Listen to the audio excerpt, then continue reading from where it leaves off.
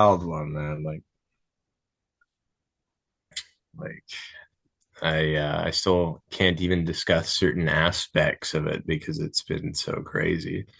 Yeah, I want to ask about that too, but yeah, it is good to meet you in person here under your face and name here. Yeah.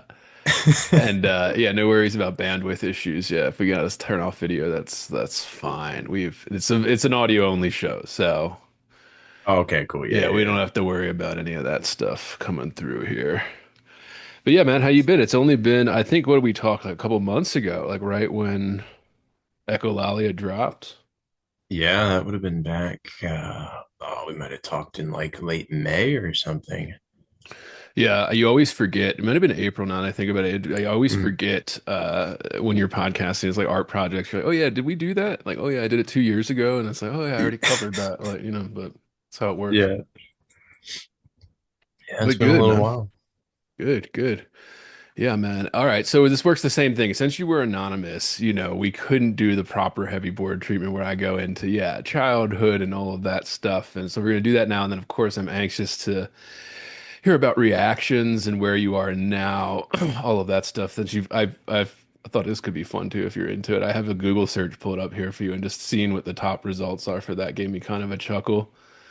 Uh, Yeah, your A lot of the articles that came up, straight white author, straight white author, straight white author.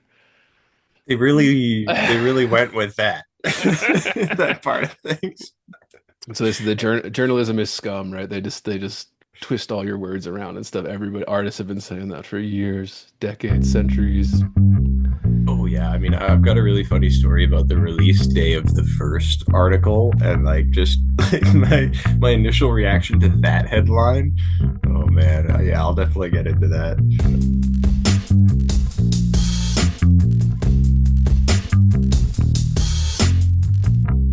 Heavy, Bored. heavy, I am heavy, heavy, heavy bored.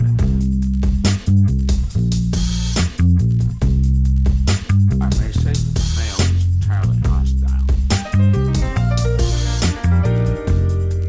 No!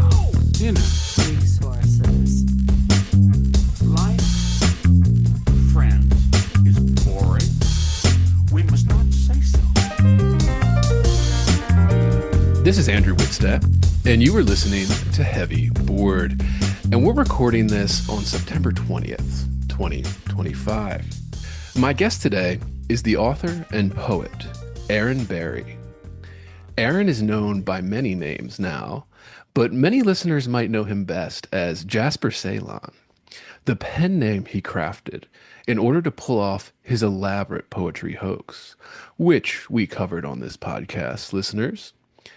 But Aaron is back with us to talk about his latest project, a new novella titled Pound Flesh, out just this year. A story that follows some Zoomers as they try to escape the crushing debts that trap many of the North American youth in a perpetual state of anguish. The novel is humorous, dark, and of course, absurd in all the best ways.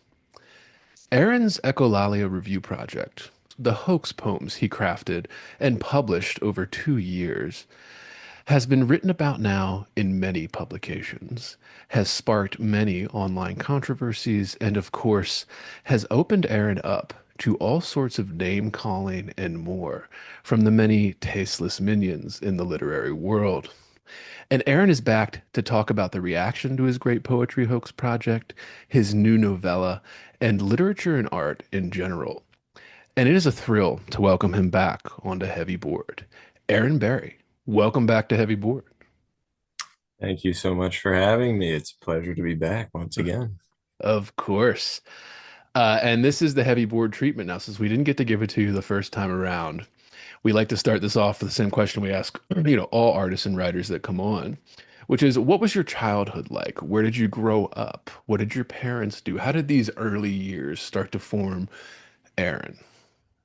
Sure, yeah. So I actually kind of had like the idyllic childhood where I grew up in a townhouse complex and it's referenced very sort of like occasionally in Pound Flesh. Actually, that was the inspiration for the townhouse complex that the four characters grew up in together. Um, so we were sort of off on like a hillside, surrounded by nature and all that sort of stuff. So we could just play outside, go down into the creek, do whatever, kind of just go freely between each other's homes. It was kind of like an open door policy almost. So that was kind of my uh, environment for the first 10 years of my life. And really, I think that's what a lot of kids ought to grow up with. Like you couldn't have given us much more at that point in time. So yeah, I actually really had a good childhood. You know, you might look at my work and think that I had some like demented upbringing or something, but no, it actually was great all around. So um, I don't know, like I guess I realized early on, even though my childhood was great, I just kind of felt at times like a bit of an observer. Yeah, I was the kid who would sometimes withdraw from whatever sort of activities we were kind of currently engaged in and would just kind of survey things and kind of try to look at them in a more theoretical way. And that is the kind of, I guess, inclination you need if you're going to be an artist of this kind. So I knew pretty early on that I was going to kind of head in this sort of direction, or I was going to use it to do something a little bit more, yeah, theoretical going forward. But yeah, I mean that was the early years. So no complaints there for sure. Yeah, But the suburban childhood, I think that's so important too, particularly for millennials. And I think you're right on the cusp or something that now that we know who you really are, Aaron, you're on the Zoomer millennial cusp, I think, right there. So you're in a unique position with that. But I think that for millennials and then Zoomers too, I think, and then every generation going forward, really, the suburban childhood was the norm. It was the norm. This kind of suburban, safe, really couldn't ask for anything more. You got toys at Christmas and birthday or whatever. And I like how you mentioned the neighborhood creek behind the houses. Yeah, very important. I grew up on the East Coast of America here, and we did the same type of thing. It was a townhouse community, this little court off of this road in the suburbs there, Perry Hall, Maryland area. And it was, yeah, townhouses. And then there's just this creek that kind of separated the townhouses from another community, across the little wooded area. Not like a huge tree cover. Most of that had been cleared, but enough to create like a little bit of a woods behind this like townhouse. And if you sure. were down at the creek, that's where everything went down. When you went down the hill into the creek, if I was like, a younger kid, the older kids that were like 12 or 13 would, be like, get the fuck out of here, you little kid kind of thing. Yeah. You had to kind of earn your spot. It was this social thing. Everybody's houses are right next to each other. So your group of friends was in that court and you all went to the same schools. And it was just that was the norm. That is the norm for so many people out there. And I know that it's been said now that you're out of the anon closet, Aaron, that you grew up in Canada as well. You're a Canadian citizen, so that's out Yes, of the bag. somewhat unfortunately. I never really had much of an issue with being Canadian before. People give me a hard time for it now, on the international scene. But um, yeah, the country's in an interesting position right now, but it's still pretty good up here, on the West Coast. Like there's not too much to complain about. And Yeah, I'm not as familiar with it, but like from what I understand, between Canada is basically a smaller version of the American stuff with like a few different things. The French yeah, influence is a little bigger, blah blah blah, all of that, but like essentially the same. The cities, like it's very little difference between the cities and suburbs. You can kind of see. I guess the terrain is much different and all of that, but yeah. So you're a West Coast guy coming up from the Canada side. All right, what did your parents do? If you feel free to share, I don't know if you want to. I put them up. They'd be victims of getting hate mail or something at your place of work. But yeah, how did you grow up? Did you have you know, what did your parents do?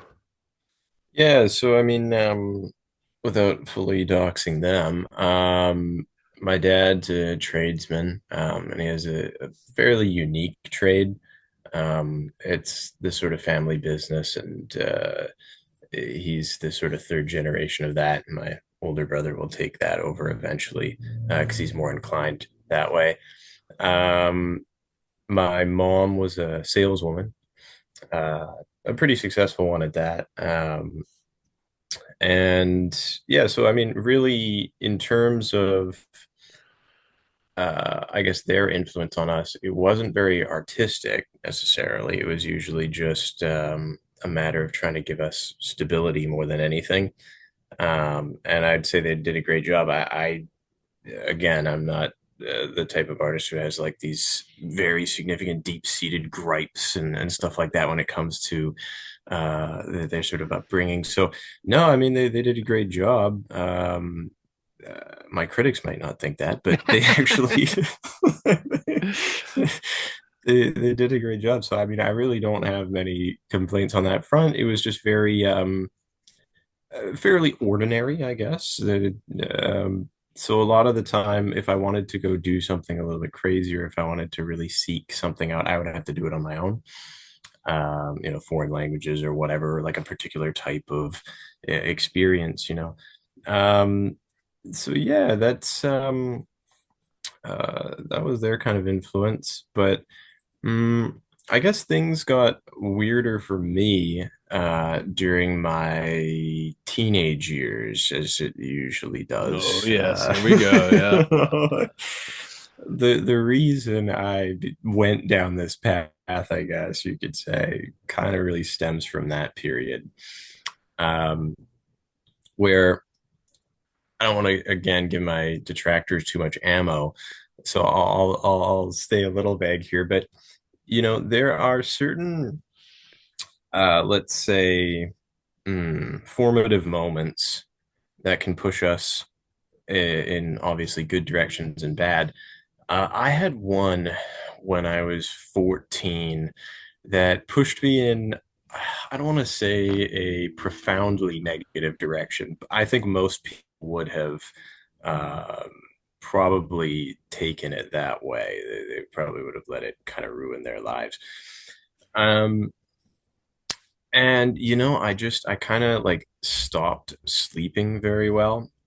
Insomnia became a massive part of my lifestyle, for better or worse. I was supposed to become a doctor. I was training to become a doctor. All my courses and stuff like that in school were geared in that direction. I had like top grades. There was nothing in my way at that point, really. But then, you stop sleeping at about 14 years old, and suddenly you're up at night and you're considering, death and mortality and all of these kinds of rather dark um, concepts. And so, I'd just be sitting there going, wow, is this going to kill me? Like, it was like, what's my Right. lifespan now? Like, I get like 1 hour of sleep a night every night. Like, I don't think you can live like this for like, too many years straight. So, um, uh, that's sort of half of it. But that I think was the big sort of life shift that pushed me more towards the arts than anything like medicine or anything technical, Right. where suddenly, yeah, you're relying on feeling more than you are just sort of, let's say, calculation or anything like that. So I don't know, as just a teenage boy, I started having to wrestle with a considerable amount of mm, things that I guess you wouldn't expect someone at that age to, Did unless they had like a serious illness. Yeah, were drugs involved at all at that age? It seems like the ripe age to discover things, even if it's nothing like crazy like pot or something, at that age or whatever. It is in a suburban environment, friends' basements, etc. Like it just kind of when that starts to happen. I just curious, if that was No, no, actually, I used to hang out with a lot of stoners and degenerates and stuff like that. right. Uh, Yeah. I always felt like that was kind of my crew, at least for a bit. I was the straight shooter of the bunch. Kind of like, in the Godfather, where Robert Duvall's character is there at the meetings. He's the accountant basically, but like he's technically a criminal too. Right. That's how I felt. Where like, I'm watching them deal drugs and do all this sort of stuff, and we're like 15. But I'm usually just going like, hey man, yeah, don't you can't we can't do this openly here. Like let's go deal the drugs over in this spot instead. Like so that was kind of my place within the group I felt. But no, actually, in terms of my own use, I kind of knew to stay away from that. My older brother was like fairly heavily into weed and all that, and I didn't think it had a terribly positive influence on his life. Like I'd have some drinks here and there, at parties or Right. whatever. Yeah. I quite like alcohol if I'm honest, but um yeah, no, I never. I figured, okay, if I've got like mad insomnia and like a few other things, like, can I really also fuck around with this stuff too? Like, it's really just gonna torch my future. So I stayed pretty straight with that. So we have this going on. You said you were around 14. You had a kind of life-changing moment where you decided to go away. I'm not sure. Do they set it up differently in Canada? Like when you're in high school, do they start having you take like pre-college courses or something? I know they do that some places in Europe or whatever, where I mean, you're basically working towards your college, kind of like, I want to do this in college. So you start taking courses. They really don't have that in high schools here. I mean, they do some stuff at some of the elite schools. You can do that, but it's really like, I don't know if they just set it up differently so you can start doing pre-med, even study like in high school to prepare you for that type of stuff in college, or I don't know. Do they do that differently in Canada or? There's a little bit of that. Like, it really depends if you're at a private school or like a public school. I was Okay. just a public school pleb, but I was taking all like AP courses, and Right. I was choosing all my electives to basically complement a sort of path down in the sciences. So I mean, not to sound like too much of a nerd or anything, but like I was fully prepared to do like summer school even and get Right. these done and graduate like a year early so that I could go off and get this going as fast as possible. But then, yeah, kind of got derailed. But no, I mean, actually, this I guess might sort of symbolize how radically different this path was to the original one that I had in mind. I was in AP English 9. They assigned it to me because I had gotten like 102% in English the year prior or something. I hated English. I didn't want anything to do with it. I fucking despised English class. So they put me in AP English, and I've got this teacher, Mr. L, and he and I do not see eye to eye at all. I'm late every single day because it's second semester and I've just lost the ability to sleep. So, I'm rolling in halfway through first period every day. And every single day he sends me down to the office to get like a permission slip. I do like none of the assignments.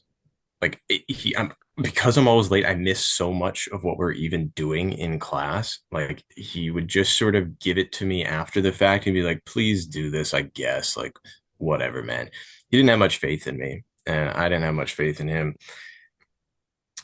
I I probably skipped half of those as well. If I was late, I would just kind of like go wander around or like, fuck off and come back after for second period. I mean, he would like he'd kind of like not try to like kind of bust my chops in class or something like that. But like he would, if I was there, he would ask me to like read out stuff first, or he'd try to like, kind of narrow in on me all the time. I hated it. I just sort of like fight back against it because I just that's my sort of spirit. So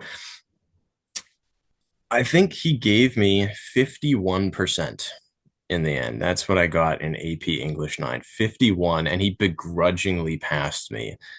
Um, but he told me, he's like, sometimes this just isn't for certain students. And I remember going, yeah, you know what? I fucking hate English class. Like, yeah, I didn't even want to be in this to begin with. So maybe this isn't for me, dude. Like, and also you suck, man. Like, fuck you. So that's the kind of general feeling I had toward English back in those days. And it wasn't until I was 18 that I did a complete reversal on that. Um, but yeah, I mean, there's a great deal to be said about Mr. L, and I do want to track him down and give him some of my books now, just to spite him still. Well, that always gives the next question. Then, when did reading and writing come into your life? You said it was something you rejected until later in life. Like what? How did that happen? How did you stumble into this writing and reading and like have being passionate about that? Yeah, so what had happened was I was still supposed to go to university for the sciences just generally at this point. Like I wasn't going to fast track it because I figured I might not be able to attend class because I still wasn't sleeping.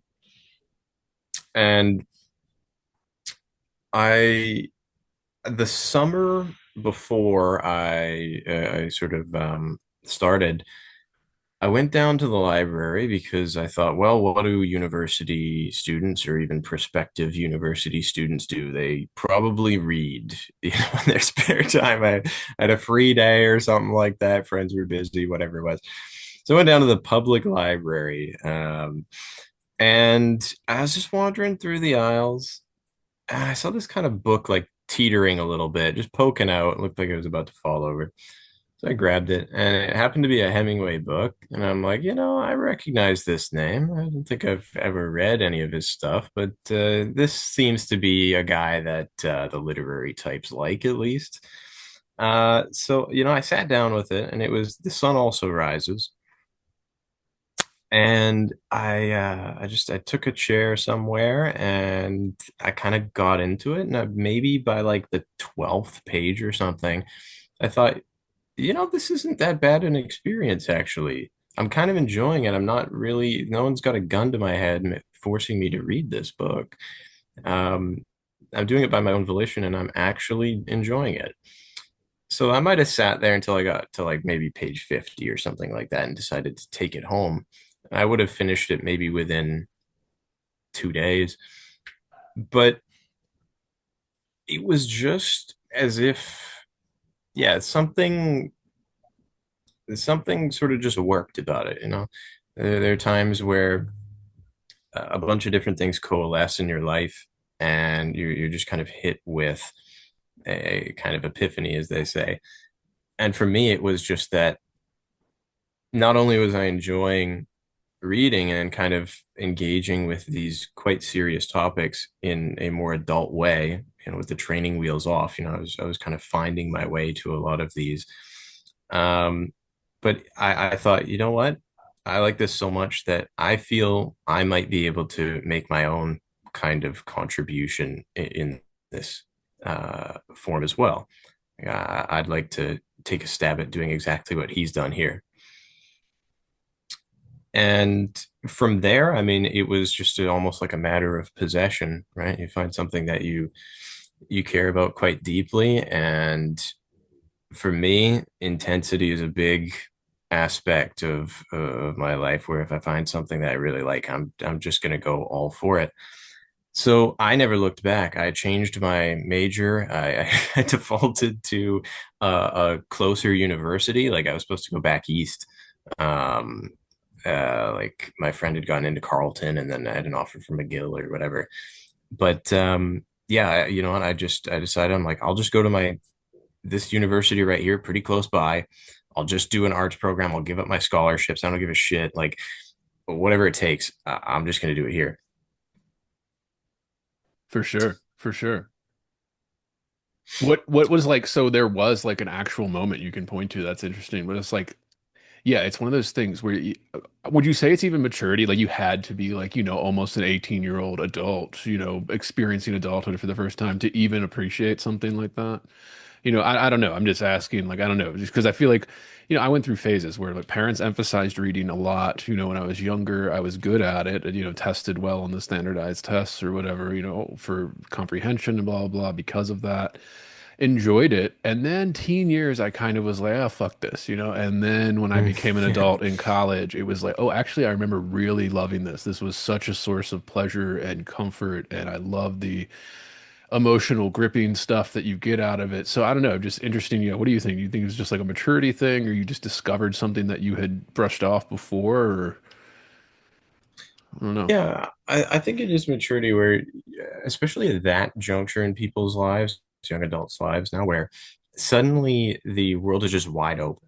Right. No one's really holding your hand as much anymore. You can go to college, you can fuck around and just play video games all day. You can take a warehouse job. Like, yeah, your parents are going to exert some form of pressure on you, as mine tried to do with me, but largely in the West here, we're not as rule oriented anymore, and we're certainly not as sort of focused on uh, excellence. We're not putting kids through 25 years of schooling and like grinding them into the dust, making sure they get that degree. So it's for me, I think that point in time for young adults in the West in particular, that 18-year-old mark, is where you get to finally make some big decisions for yourself. Um, For better and and for worse, right? Yeah. for better, yeah, for better and for worse. Like, I do wish we had a bit more structure, or at least because there are no initiation rituals essentially, like unless you count high school graduation. You're not really sure what to do with your time or where to go. No one suddenly goes, "Hey, you're an adult male now. Like, welcome to the club." Because that you can still be 27 years old and then playing video games in your basement and never really feel like you were brought through that process. So we've kind of we've started to use post-secondary as like an extension of adolescence almost, where for me it doesn't feel like too much of an initiation ritual. Like, really, a lot of people come out of university and they're just like how they were in high school. They're just a little bit older and they know a few more things. So I kind of had to try to invent an initiation ritual for myself. It felt like I wasn't going to really accept it just coming through more schooling. I wanted to find something that would help me, yeah, feel a little bit more in control and a little bit more confident in myself going forward. So I don't know, literature in a weird way did that just through showing me so many different world perspectives and so many different sort of almost historical accounts of this growth into adulthood. So, you've got these characters like Jake Barnes in The Sun Also Rises, who unfortunately has lost some of his genitalia and stuff like that.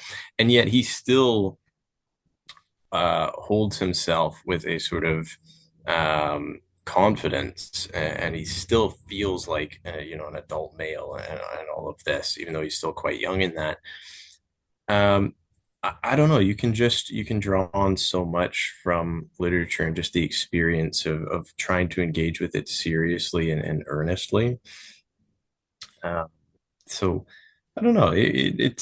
There's so much I could say here, but mm, yeah, that I think that's really the time that it can transform you. Like, Yeah. that's the best time to find it, in my opinion. I think of that, I'm thinking of that Baldwin quote right now, that famous quote, right, where he says, you think your suffering is totally unique, and then you read a book and you realize that, Yeah. actually this has been going on for thousands of years and everybody has been suffering in their own ways, and literature kind of gives you that. You saying that too, I think about this a lot. And I think when I was teaching college, There are two types of students that I would see. And I was teaching at a couple different levels. I was teaching at a state school here in the city, and I was teaching at community college, adjunct kind of stuff. So I was going all over the place to teach these 101 courses essentially. And, mostly freshmen. And again, community college is a little different where you have some older people, you have some younger people, whatever. But mostly with the younger people I'm talking about, the 18-year-olds starting, their freshman year of college. There were two types. There were the types that kind of had been shown what you're talking about, like how to perform well in school. And then there were the types that had no idea, like had never been shown how to read a book or how to study or how to prepare for a test. Or like that is something that you have to be shown. Like it's not something some people it's just intuitive. Sure, there are some people that are naturally gifted and smart at that kind of stuff, and we put them in certain programs. They pick up information faster. Okay, we get it. But the majority of people, like, they just haven't been shown certain things. And I think that applies to all of life, right? When you're 18 and you're given all of this freedom, essentially where like, yeah, you're an adult who can make decisions, can sign documents, etc., and they're binding legally now. But you've never really been shown how to do that, and this is something, I'm not to bring up all this stuff, politics, but I mean, Jordan Peterson, I'm a huge defender of Peterson because, a fellow Canadian, because he does do this, where he emphasized this and people call him all kinds of names for it, but he emphasized that like a lot of people, particularly young men, needed to be shown and told certain things, where it's just like, it's not inherent necessarily. Like there are just certain skills that need to be told to you, shown to you, be like, this is how you prepare for a test. Like there's no secret. This is what it Yeah. is. All right. Like, like this is the steps you take. And so many just don't have that for so many different aspects of life. So I think that is, and you saying you found it in literature, I think that is a guide towards some of this. And I think, again, going off Peterson, the reason he spends so much time interpreting literature and biblical stories and stuff like that as he does now is because he's trying to do that exact same thing, showing you a path through these stories, showing you life lessons through these stories, showing you consequences even of certain decisions through these stories, even if they're fictional stories, it's you just if you don't know them, you don't know, right? You don't know anything, basically. I think about that raising my daughter now too, where it is this kind of there are some instinctual things, but just assume that like people just assume that we were like born knowing things. Like they know, like you don't know anything. You have to be taught literally everything, like all the mannerisms, like where something is, how to do it, like you just don't know Yeah. that instinctively. And that goes throughout your entire adult life. You try to do something new you've never done before. Well, of course, you have to start learning how to do it, look into how the processes work. How did somebody else do it? Follow that path. You said finding Hemingway and stuff. Yeah, it's just so important to just be shown that or discovered on your own somehow, as a young man and or young woman, discovering yourself, going through the world. Yeah, you have to find this way. And it is kind of crazy that like there's no you think there would be a system or something. Maybe people assume that's what high school was or that's what it used to be, where they would teach you life skills like home ec and stuff. Like they would give you kind of life skills. They'd give you basic woodworking, like workshop skills, Yeah. basic accounting, like how to do your own checkbook or something, balance your finances. And we're like eliminating those sometimes for budget, sometimes for, DEI stuff, whatever it is. There's a reason people are like feeling like they're not getting what you used to get out of a normal kind of 12-year education in public school system or whatever. I don't know. I don't know. I'm going off on this now, I know, but Yeah, no, I mean, I'm in agreement where um, literature course, if there's some sort of void in your life, or maybe you're looking for the kind of instruction that no one in your sort of immediate circle can give you. In my case, it was a little bit challenging because I had like all these nose surgeries and stuff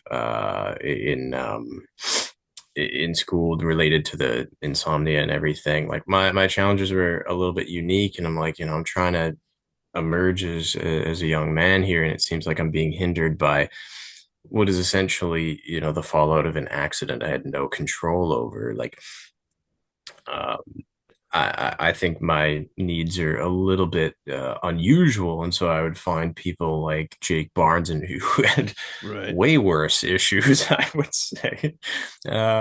And just seeing, characters like that, yeah, create these workarounds and still kind of achieve some sort of degree of dignity and quote unquote masculinity and stuff like that. It was quite reassuring, and you do see that yeah, there's nothing new under the sun, as much as I hate the quote. So here are all of these um, historical and sort of creative representations of the type of problem that it was kind of just like fundamental to my existence at that point. So yeah, I mean, I could say a ton on the lack of initiation rituals and stuff like that, and just the ways in which the schooling system kind of fails young adults now and kind of just almost sets them up for this kind of abrupt confrontation with the sort of existential void, once the training wheels come off, they Yeah. very quickly come off, but you're not equipped to keep going and find some meaning there. A lot of people are just falling by the wayside now. Yeah. I hate to see it. Um, yeah, they come up right against the edge of it and they just have no clue what to do. Um, but literature can be, at least in my experience, a really great remedy for that, and it kind of gets you moving in the right direction again. Yeah, absolutely. And I mean, I think what we're talking about too is a kind of it's hard to talk about because it's a larger cultural phenomenon throughout all of the West. I mean, you're experiencing it up there in Canada, people experience it all over America, etc. Like it is like if people feel like they haven't been prepared for this, and it's like a newer thing, whereas like maybe or maybe this people didn't talk about it beforehand. Maybe the older generation just never said anything about it, but I don't know. It feels like it's like a newer thing for my generation, the Zoomers, that kind of once they got out of high school or even out of college, they kind of extended it through college, where like they just almost don't know what to do with yourself. And school gives Yeah, you a little bit of a structure, so it's like, okay, I'm doing this, and then when you get out, you go, okay, I did it, right? Like either graduating high school or college, it gives you kind of a set structure. Follow this, take these courses, and you'll get this piece of paper at the end of it that can make you, get a job or whatever it is. That gives you some structure. And then when that's gone, people kind of don't know what to do, how to create their own structure, how to create their own kind of, yeah, searches for meaning, what makes them passionate in the world, all of that. It's just, I mean, not that we're going to get an answer to this, but it's just fascinating how that has become such a cultural thing, and you see it bleeding into political policy. You see it bleeding mm, into financial government fiat policy. Like you see it, like the redistribution obsession of wealth. This kind of stuff all matters to this kind of vague idea of we just kind of feel like we haven't been prepared for what the world is when you get to the end of the road in a certain sense. I don't know. I guess everybody's feeling that in a certain way. And not to get bogged down on this because so I do want to ask about like we mm. kind of went into this a little bit last time when you were on the show, but we like to ask, what were some of the first writers you were enamored with, or your kind of your idols or your go-to inspirations in the world of letters here? You mentioned Hemingway was kind of one of the first ones. Who are your go-tos, your idols, your people that you worship in the world of letters? Sure, yeah. I mean, I started initially with the modernists, mostly because, yeah, Hemingway was my kind of in point. But yeah, I mean, I quickly moved on to the Fitzgeralds and such, the Joyces. I would say from that kind of contingent, Joyce was probably my favorite, by a considerable margin, in fact. Um, What was it about Joyce that I think it was really just his dexterity more than anything. It wasn't so much the subject matter. Um, Although, of course, when you're a young man looking to become an artist, a portrait of the artist as a young man is right? going to be the book that you sort of pick up if you see it in a store. But And it's his most accessible. Like you can actually pick that up and read it without like giving yourself an aneurysm.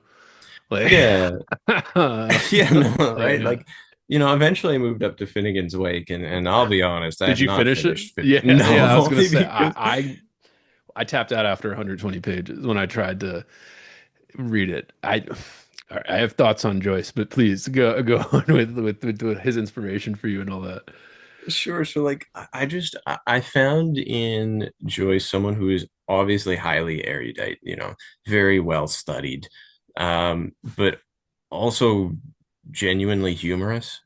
Right. Yeah.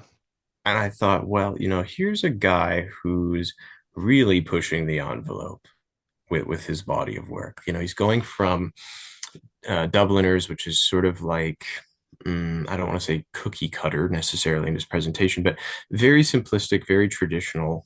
I've taught many of his stories at this point, like Evelyn and all that. Like they're great for what they are, but they are quite predictable. And then he moves on to the next phase where he's trying something a bit more ambitious with the portrait of the artist as a young man. And you've got these broader concerns thematically, but also with stylistic concerns. He's trying multiple things at once. And so I looked at this, I'm like, here's someone who's writing in a very conscientious way, but in a kind of in a way you're just not going to see from the average person. This is a rare thing now. This is where you start to feel that this is an art form. And I guess I was just consistently impressed the more I dug into his work with just the scope of Right. his writing and the kind of sophistication of the artifices that he would build for himself, the kind of like systems within his own writing. I really like that kind of approach, the scaffolding approach, the kind of artifice construction. I use that in mine, obviously Echo and stuff like that, where you're working on many different fronts at the same time. You're juggling all these different things concurrently, and I would just be so impressed by like the schemata at the back of Ulysses, and I just go, "This is genius." This is someone. This is not English 12. Like I have to write a short story or some shit for the Weekly Right. This is this is someone dedicating his life to this form and showing the absolute limits of it in Yeah. certain cases. I was really drawn to how far we could go with certain concepts within literature and how detailed we could get. Like, what is the absolute limit? Like, the human mind can really construct and still create a legible story. Now, he lost that with Finnegan's Wake a Yeah, I was bit, gonna but say I think Finnegan shows the limit. Yeah, he yeah. reached it with Finnegan. Yeah. Well, that's just it, right? Like, I was so impressed that not only could he, with Ulysses, kind of hit the sort of benchmark for complexity, Right. but he can actually go past it and almost end up in this syphilitic haze. Um, and so for that reason, for many years, I regarded him as my favorite author. And to a certain extent, I still do, just because of how formative those reading experiences were and how much of an influence they continue to have on my own work. But Yeah, absolutely.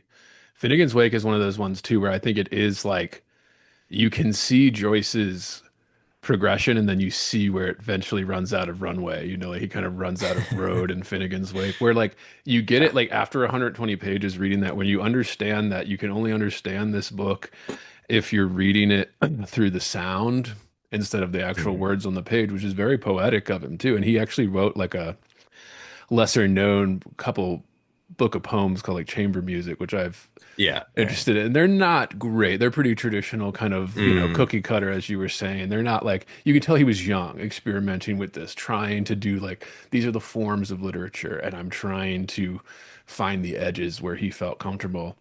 Clearly, Ulysses is a masterpiece, although that for me, I would always say like there's an indulgence level to a lot of this stuff, but I would say like yeah.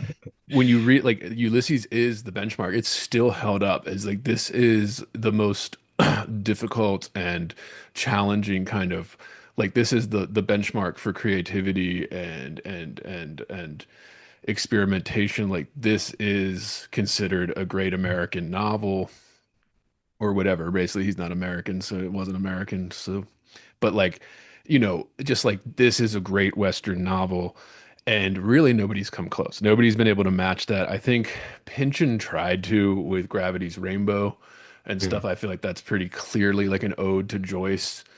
I'm not a huge fan of Pynchon, and don't really like that. I think that same thing happens in that book that happens in like Finnegan's Wake and stuff, where like you reach a point where it does become like you kind of get it, you know, you're like, okay, I get it. And then after that, it's kind of like indulgent, like just laying it on, laying it on, laying it on till you get to the end. Yeah. So whatever, there's some humor to that. There's some trickery, like trickster stuff to that. So I get that. But yeah, Mm. I don't know. Yeah, nothing's come close to that. That's like a benchmark that literature holds up still to this day. As if you're trying to like just even try to compete with something that like Ulysses, to try to write something like that, listener, like it is so difficult. It requires so much effort. And I mean, no wonder he drove Yeah. himself crazy. I mean, and he drove himself pretty much insane trying to write that book and then going right Yeah. into Finnegan's Wake for like a decade. I think he spent on Finnegan's Wake. I Yeah, it was mean, two. Yeah, yeah. 2 decades Oh on my that God. fucking thing. Like, Of course I, he went insane. Yeah. Like, how could you yeah. not? Yeah. And Joyce, because I spent so much time with him, like I have my own sort of thoughts on his career trajectory and stuff like that. And I'm used to meeting, people who may not be as enamored with his oeuvre as me, and that's totally okay. Like there are aspects of it, like chamber music and stuff, where it's just not excellent. Like Right. his poetry, I never really regarded him as much of a great poet. Though to be fair, I don't really love a lot of the poetry from that era that's done in that kind of like, pseudo traditionalist style. It's just it doesn't offer me much. It's just, this kind of, oh, sweet muse, what Yeah. hast thou that add? Like, it just seems so kind of cloying and He wasn't a dated. poet. Yeah. Yeah. He had too much to Yeah. say. Yeah. Yeah, that's the thing. And like, so he found eventually his perfect medium, which I'm so happy he did because, yeah, he was much better as a novelist.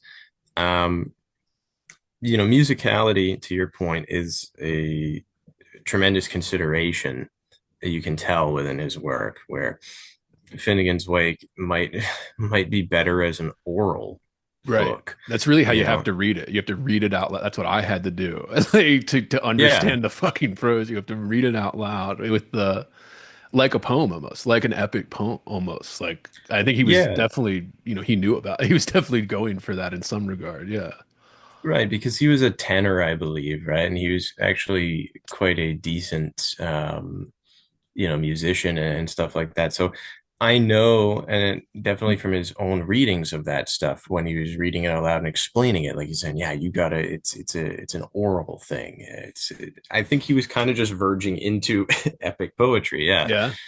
Yeah. Um. So I'll forgive him for Finnegan's Wake.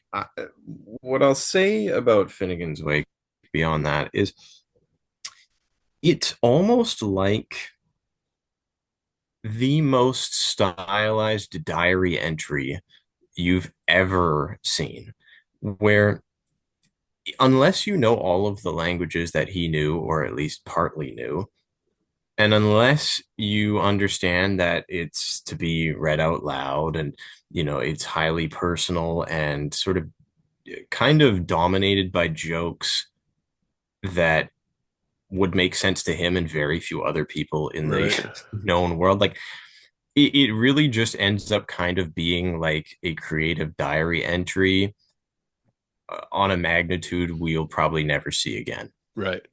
Yeah. Like there is a semblance of plot in it and all of this stuff, but it's so intensely personal to the point of like near inscrutability. Like it's just I I think it's still fun, and it's an interesting exercise again. Like if you look at it and read through it, you're going to see once again what the limits really are for how personal you can make a book and how kind of specific and in jokey and all that. You can really go too far with it. And people are just never going to unpack what you've put together. Right. You don't want that unless you're trying to write the fucking like triangular book of Saint Germain again or some shit like that. Like, you can Yeah. waste 20 years of your career doing that if you feel inclined. But I think that he probably would have been better served maybe working on another project at the same time. Like, Yeah, yeah, like, yeah. Yeah. like maybe don't dedicate 20 years of your life to the syphilitic diary entry on steroids. Like Yeah, my take. yeah, Like, yeah. And it really is there. Like the ambition in that in his last two masterpiece works that everybody still talks about 100 years later here, Finnegan's Wake and Ulysses here, where this kind of the ambition that's there is just nowhere to be found in most literature now. And I think it's telling that you said the modernists too were some of the first ones you fell into. And that tends to happen through school and stuff like that's the ones that they assign you. As I got older and into graduate school, like serious literary study, I started to realize that all my professors in undergrad, the reason they were obsessed with the modernists, one, because they're so good, of course, but two, it was kind of really like the last really good like movement in yeah. Western letters. Like it was Yeah. okay, there's some, I mean, there's some great postmodern stuff that I love. That is fantastic novels, fantastic books of poems from great artists and writers. But it really like this last huge movement that encapsulated so much, and everybody was doing it. Everybody wanted to compete with Joyce. Everybody wanted to impress each other with what they were Mm. doing. Everybody was, they were reading the Virginia Woolf novels and being like, "Wow, this woman's pretty good. We got to step it up here with this stream of consciousness. We have to." Go into that and like you don't see that as much now with literary movements at least you can get a couple but just I don't know there's something about that movement maybe it was all the wars maybe it was the Industrial Revolution like I guess by that time it was like the second or third Industrial Revolution and they like had all these machines and like the 20th century Western kind of luxurious lifestyle was coming into being.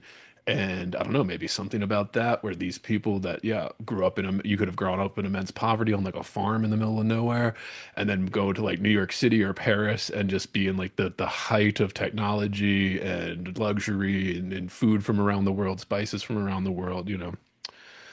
I don't know. I don't know. Maybe it's something to do with that, but the modernists, yeah, fantastic stuff. Yeah, they occupy such an interesting space in literary history just because of how many radical societal changes they lived through in such a Right. short period of time. Like every single day there was some like just Two monumental wars, occurrences. two world wars. Like, yeah, like, Yeah, right, like just monumental occurrences that would completely alter the course of humanity, like every single day. And I guess like I've got so much to say about the modernists, in fact, because I still love them and I yeah, still will dip back into that more than I would contemporary literature because I feel if we're to return to this idea of Joyce being the benchmark, it's hard to avoid the feeling, in my opinion anyway, that people like Vanessa Place and stuff like that who write La Medusa and whatever aren't in some way borrowing from the legacy of your Joyces and stuff like that. So, I mean, you can look at someone who's trying to create this polystylistic, layered, almost allegorical work, this mega work, but then you take a step back again and you go, is this Ulysses? Did right. she read Ulysses and go like, yeah, I want to do my own too. I'm gonna center it around this part of mythology or whatever, and I'm just gonna conceptually it's the same thing. It almost feels like. And then you kind of stack them up against each other, but Joyce always wins in this case because he came first. And I hate to Yeah. say it, like here's a guy who basically beat you to the punch, and it's always going to feel that way with these mega works, these like highly ambitious stuff. Even at um oh, I always forget her name. Ellison. It was the Ducks Newportsbury. That book. I always mix up the title here. I'll try to find it here. Um, yeah, Ducks Newburyport from Lucy Ellman. And this is basically just an extension of the final section of Ulysses, right? It's just all one giant sentence and it's over like 1,000 pages long. Right. And you just go, okay, well, you've taken one aspect of his bigger work and probably more accomplished work, and you've kind of just extrapolated it out and you've offered some riffs on it that might be interesting in spots, but really can't in the end hold a candle to the original inspiration. So I encounter those mega works here and there, and I'm still like greatly enamored by high difficulty literature. Right. That's what I want the most of. Like I have one of those meme copies here of Arno Schmidt's Bottom's Dream, which is now like worth $2,000 or something. I bought it for like $80 like 10 years ago or some shit when it came out. And it's appreciated in value because they haven't reprinted it because no one wants to fucking read it. Like, Right. Yeah. like let me see. Yeah, it's this guy. It's fucking huge. It's gigantic. Yeah. It's like 20 pounds. But like even one like that, again, it's this legacy of Joyce where not to toot his horn too much, but you know, um Arno Schmidt, he was translating, I think it was Poe, and then he was trying to translate, if I'm not mistaken, it was Finnegan's Wake, actually. Oh wow. Um, That would be rough. and Yeah. right, yeah, and so he kind of got inspiration from his engagement with Joyce, if I'm not mistaken, and then ended up writing this. And so, you have this kind of it's the focal point a lot of the time of these extremely intricate Yeah. books. And so there's this kind of lineage, which I'm happy about, but they all just, I don't know, they just don't have that kind of cultural import. They don't have that kind Yep. of sense of weightiness to them. Um, Maybe the culture has just moved on and we don't pay much attention to these things in the same way we used to. Right. And there could be fantastic, like mega difficult books out there, and we just don't actually read them enough to let them influence the broader culture so they take their rightful place anymore. But And academia is it's kind of not doing that anymore. They're just not right. holding up books like that anymore. Yeah. They're too difficult for most of the yeah. Yeah, like maybe we need just some sort of champion, some actual like public figure type. And that's how Ulysses became what it was because Yeah. of the scholars 20, 30, 40 years later being like, well, actually, this thing is closest thing to a masterpiece, we've had in the last 150 years. And I think that point you make about having these kind of pillars in the history of literature, Joyce, some of these big books, Joyce's Ulysses, you can point to other ones, et cetera, et cetera. But like those pillars, you should be in all of them. And you should be trying to, like without having these pillars, well, what are we aiming for? Like you should be holding them up on a pedestal. You should be trying to grapple with them. You should be trying to, if you're trying to challenge yourself, like go through your creative projects, aspiring to do something like that. Like there's a reason, and it's not just beyond like, assigning books in school for, 17-year-olds to read. That there's a function of the canon that is beyond just kind of basic assigning texts and stuff. The other function that I think we're losing through kind of dismissal of the canon, and you and I've talked about this before, where just like is something like that, the unsaid, intangible part, where it's like, no, actually, it was a pedestal that we were aspiring toward, even not just like, oh, this is the best book ever written because I said so. That's not how it worked. It was like it was an ideal and an inspiration. This is so challenging and so difficult to do that you should be in awe of it. You should hold it up as like a pinnacle masterpiece of Western, English language letters, essentially. Like this is the thing. Like, yeah, sorry, I didn't want to Yeah. go on. Yeah. No, that's I'm in agreement here where like there it I believe for especially for artists and prospective artists, it's a matter of orientation as well, more than anything. Like Right. these are way markers in human achievement Right. where if you don't have this foundation and you start writing, it's usually clear to someone like me who pays very close attention Right. um, that you simply don't have this as a sort of grounding. Like you wouldn't be able to orient yourself within a movement. You wouldn't be able to orient yourself within the kind of Western literary lineage. You just don't know where you are. You don't know that other people have Right. beaten you to certain ideas. You don't know that people have beaten you to styles. Um, you might think, like every time, for example, I think if I'm doing a poem, that I've come up with like, a fairly unique structure here. I've come up with interesting parameters for this new little mini work.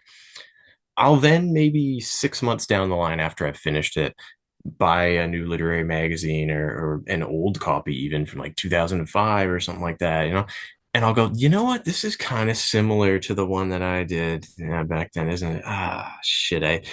Um, Sometimes you get lucky and you do happen upon Right. some new, like very minor contribution. And you're like, okay, cool. Like I'm really happy with that.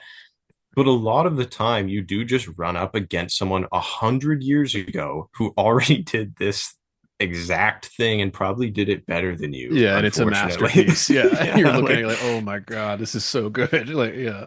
yeah, like this is not only better than mine, but it's been canonized too. So like many people are aware of it. So like Right.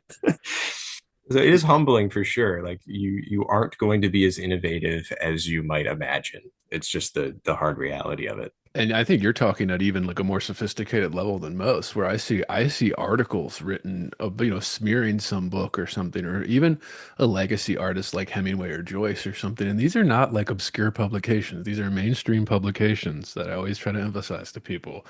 It is not some like weirdos online. It is in the most prestigious publications in the world, the New Yorker, the Paris Review, like these types of things, okay? Where they'll just say like it's just when you're reading an article about it, and it's clear they're not even familiar with like mythology or like the biblical references or like just the stuff that you used to get. I even my own education, I went through grad school in this type of stuff. Like you're not Mm. getting much on mythology, the biblical stories. Like you're not getting much if you don't know that stuff, that you didn't learn that stuff on your own. You're not going to get it studying this seriously at a university level. Maybe some schools you will. I don't know about like schools like Oxford or whatever. Maybe you're going to still get some of that. They're going to emphasize that if you're studying like English PhD or something. But Yeah. even now, like you're just really not getting that. So like this, like you're saying, this whole reference thing is just lost on you. And you make yourself look Mm. like a fool in the most prestigious publications in the world because you're just not familiar with the most basic kind of global references when they're referencing, I'm going to use a simple example. Most people, it's not this simple, but something like turning water into wine. Some people don't even understand that that's a reference to this thousands of years old story from like this specific Yeah. religion. Like it just, and again, that's an obvious one. I'm not saying that people do that, but there are smaller, more subtler ones where you kind of, I remember even sitting in classrooms and I knew some of these stories because I was raised Catholic, grew up Catholic. And so I knew these stories. I knew these stories from Sunday school, from my education, et cetera, et cetera. So I would pick out the reference to like the loaves and fishes or something in like a piece of literature we were working, going over in school, and everybody around me would be like, "What? What's that?" I'm like, "Are you fucking kidding me? Like this is one of the most iconic stories in the history of the Western world," and Yeah. you're sitting here like acting like confused. So like, yeah, I mean, there's something missing for sure. And it's all tied up in this stuff too. I mean, we've talked about this, and I don't want to get bogged down. We've been going, but and I don't want to cut you off too either. If you would, I wanted to ask you about the echolalia reaction here. So, anything did you want to add before we go to the echolalia reaction? Yeah, actually, it's funny when we talk about foundations, in academia, but in particular in literature, the more you go back and you read these books, it could be maybe some Charles Dickens, it could be some Wilde, it could be whatever you want. You're going to Huge, get great icons, huge, great icons in the history of literature. Yeah, right, like, and it could even be the secondary, sort of more, trivial writers, their contemporaries who kind of just wrote for some magazines or were decent editors, but their personal writing survive or something. Like you happen upon all this sort of stuff. Um, but the references they make are usually, yeah, biblical in nature, mythological in nature. There's a kind of repository of those, and they all usually give different takes on these stories, or they use them in very creative ways. But that's kind of the bedrock of a lot of the kind of more illusory aspects of traditional Western literature. So the writer today, and certainly the reader, don't have that foundation anymore. You can look at, the repercussions of World War II and kind of changing the foundation myth of the West, as they say.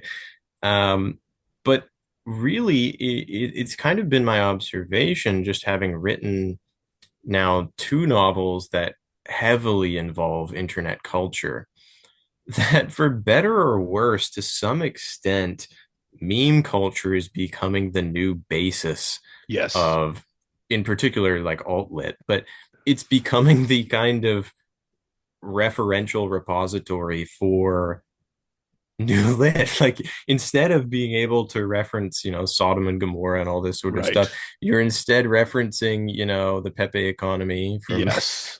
2015, and you're talking about, Spurto Sparde and all of these guys. Like, it's I mean, the corollary of it is you're going to end up with a lot of shallow literature that's really just like, kind of signposting, going like, oh, yeah, so like Spurto reference here, like, ha ha ha, the picture of him doing the thing, or like, haha, Right. Venus. Like, it's really not going to go much further than that. There's not a great deal of weight Yeah. or kind of like propriety behind this uh sort of technique. I've done it a lot, but usually it's just in overcoming this. Like, my project as a writer, as much as I may reference these memes, is to show that this kind of existence is like wholly superficial, and it almost damaging to the brain and psyche to engage with this stuff so thoroughly, and to let it kind of actually come to influence the way you live your life. All of these characters who are mired in this stuff need to get out of it. Yeah. But it's kind of the kind of inverse with the traditional foundation, where the more you get into those references and understand them, the more you can connect to these allegorical stories or these universal concepts. So it's a completely different type of relationship in what it gives you as the reader and writer. So I don't know. It's a wild one. I don't think we've had too much in the way of scholarship done on the new meme foundations underlying contemporary literature, but I'm sure someone's on it. I mean, it's so interesting that you say that because I think it's 100% true. You're right. It is this now meme culture. We're not referencing these kind of Greek mythology or something. We're not referencing biblical stories or something. We're referencing memes. And the problem with that is you have to, it's not like the knowledge previously where you just had to know the stories. You have to know the specific niche meme thing. I see this. Maybe the best example is even to go out of literature, but you can see it in literature all over the place. You see it in nonfiction writing again in the most prestigious publications in the world. There's some meme reference. There's some joke from a meme that's all over the internet. But it's more so maybe in TV and film. I see it very often, particularly in comedy writing, where Mm. it's they're not making the joke. They're referencing the joke from the timeline. They're referencing the Yeah. meme from the timeline. And if you know the meme, maybe you'll chuckle, but it's not making a joke. You're not writing an original joke here that like fits the scene or the circumstance or whatever it is. Yeah. And in comedy writing, all of that, yeah, I noticed this, and everybody talks about Seth Rogen, a fellow Vancouver Canadian guy, right? Like where Mm. he kind of you could see it in his writing, especially his writing over the last 10 years, where you talk about the stuff that he'd written previously, comedy gold, absolute comedy gold, super bad, like this kind of this absolute comedy gold that he and his partner, I forget his name, Goldberg or something, I think is the name of his writing partner. Uh, they wrote comedy gold like for like 10 years, 15 years there. Everything they were putting out was fucking great. And it was so original and funny and irreverent. And the last 10 years, it's been this kind of meme culture references where you watch something that he and his writing partner wrote, Rogan and Goldberg wrote together, anything that he's done in the last 10 years, probably, it's always referencing these memes. Like, haha, isn't it funny if you know about this meme on from the internet. And maybe it is funny if Yeah. you know about the meme from the internet, but like that's not as good as what you were doing even 10 years ago. So even that's just an example of somebody who's living very successful, making movies, TV, etc. A huge household name, iconic figure. We all know who he is. You can see the picture and know who he is. Um, and you just see the decline. And I think it's not so much even like his politics or what he tweets about. It's the meme stuff. It's this meme culture you're talking about that is getting replacing kind of the larger references. Even something like, Family Guy and stuff like when we were growing up, there were a lot of references to Star Wars and stuff before Star Wars became this kind of nerd and then another internet niche, which is what it is now, right? Like, even though Yeah. it is huge, I mean, there's still this kind of internet niche. Like, I don't know. I mean, the internet niches are now becoming the referential points for literature and then the self-referential points. So like you really are limiting your work and your scope to reference this kind of trend on the internet almost.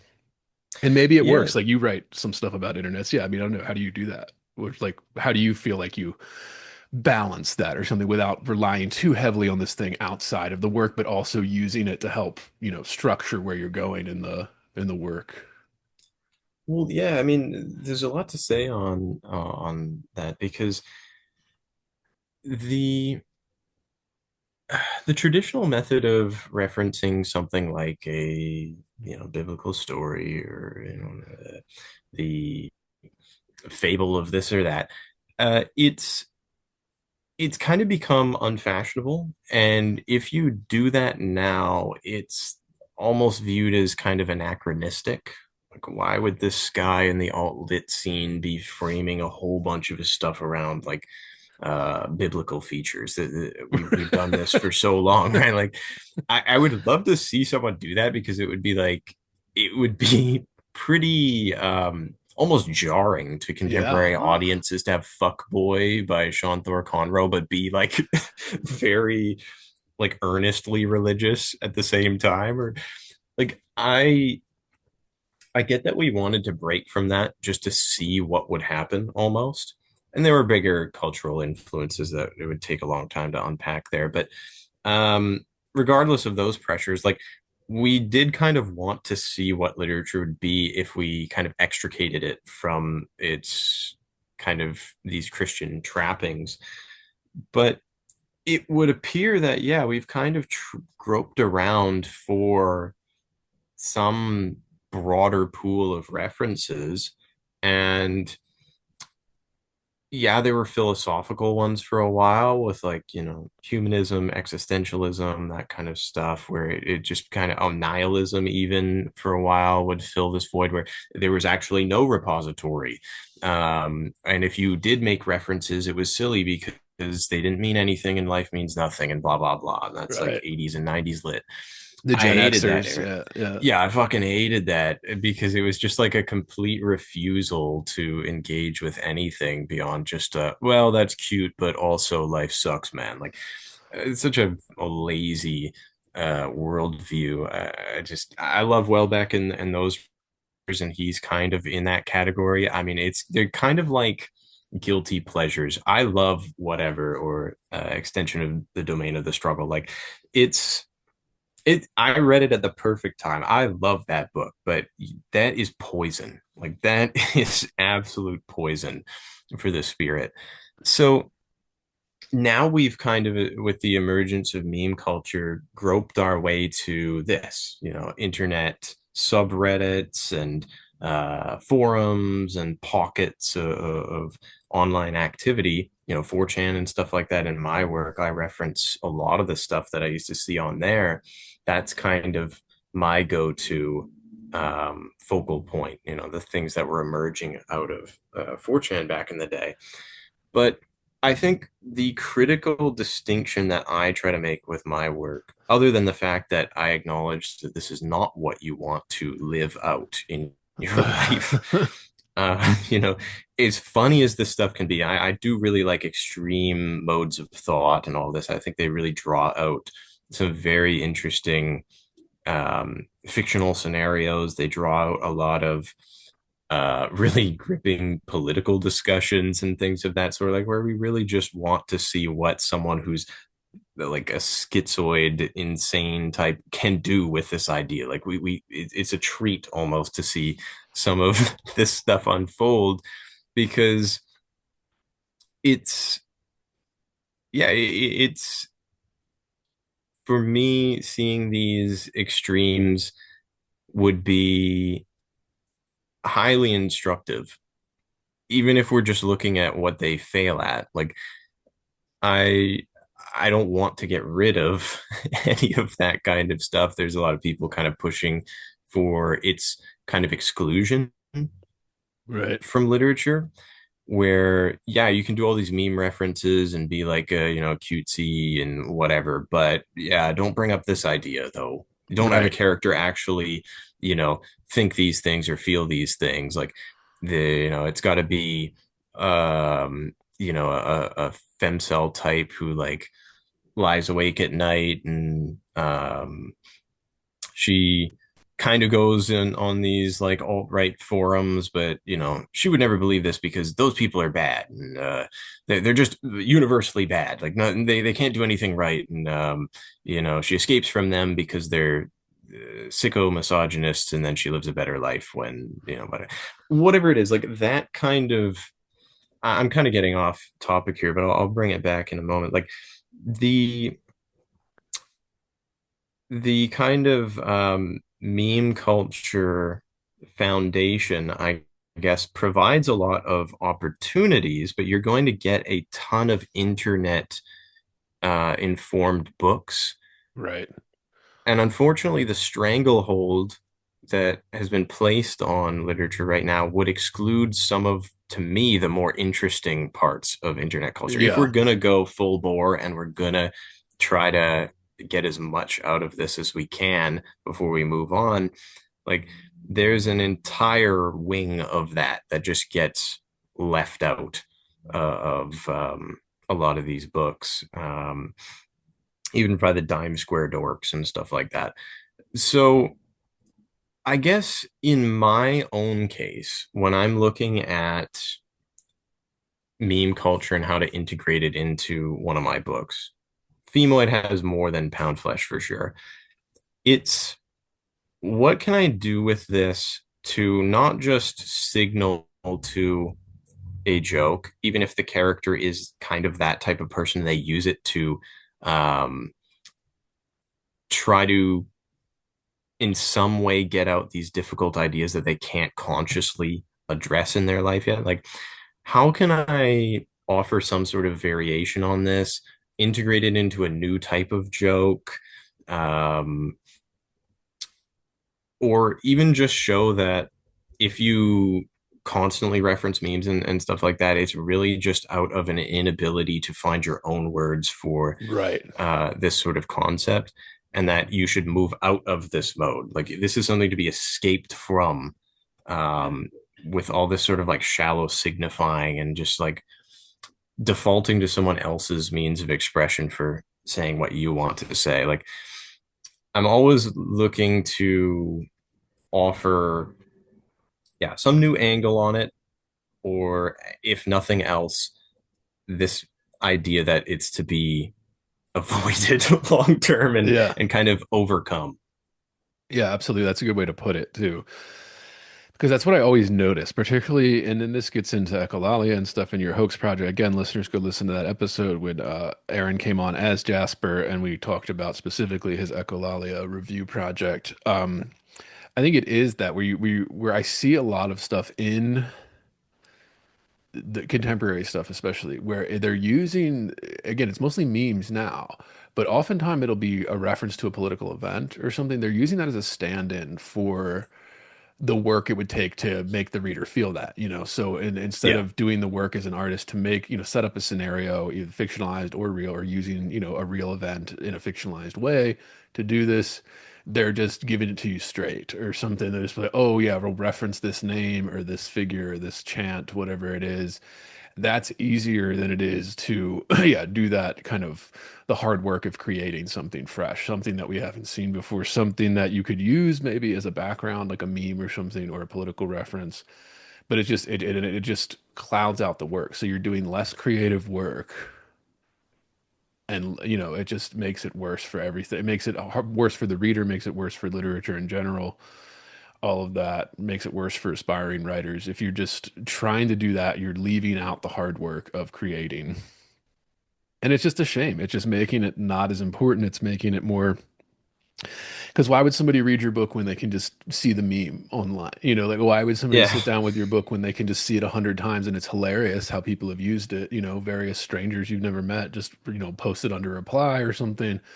It's hilarious. Usually, if it's a good one, it's well timed, whatever it is, you get a great chuckle, and then you move on. Like you just kind of keep Yeah. scrolling. Like that's what they're Yeah. designed for.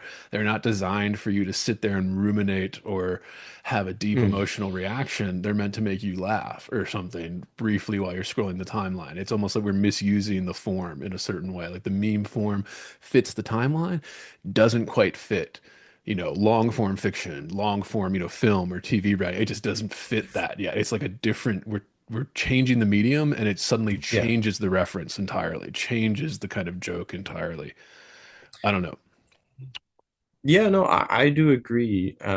Where this insistence on these quick references that are usually just humorous in nature, they're little hits of humor, Yeah. and then you typically want to move on, right? So if your entire work, like Fuckboy or something like that, is kind of based around expanding one of those out, then it's going to be taken as that on the whole. It's just going to be this kind of rather curious little diversion that you don't ever think about again after Right. you've finished it. Like you just like every reel that you've laughed at for a couple of seconds and then moved on from, like you really don't return to them. You might see it 6 months later and still laugh at it, but that's just refreshing the same instinct that you had initially, and it's a little bit weaker this time, if anything, and you want to move on it from it faster. So like, um, I think one of the great examples of this is Honor Levy's My First Book. And I have it lying around here. I think it's in the other room. But there is one section in particular. I would like to pull it up if I can find it just to read it for people here. I think it was like part of the free sample too. Because for me, it's so emblematic of the weakness, unfortunately, of the insistence upon overusing this referential foundation. Right. Like Honor Levy's stuff is almost the logical end, where if you were to try to pack as many in as possible, what would you end up with? It's kind of like the same spirit of Finnegan's Wake, where he's trying to add in so many jokes and so much just like red herring nonsense that takes you in different directions, or like so many gimmicks and things where you can't get your bearings. Hers, let me pull up a little preview here. Yeah, so this is from, I believe, the first story. It's been a while since I read it. He was giving knight errant, organ meat eater, Byronic hero, haplogroup R1B. She was giving damsel in distress, pill popper, pixie dream girl, haplogroup K. He was in his fall of Rome era. She was serving sixth and final mass extinction event realness. His face was a marble statue. Her face was an anime waifu. They scrolled into each other. If they could have, they would have blushed. Pink pixels on a screen. Monkey covering eyes emoji. Anime nosebleed gif. Hello, friend. Hi. It was a meet cute. They met. It was cute. Kawaii. Ooh, ooh.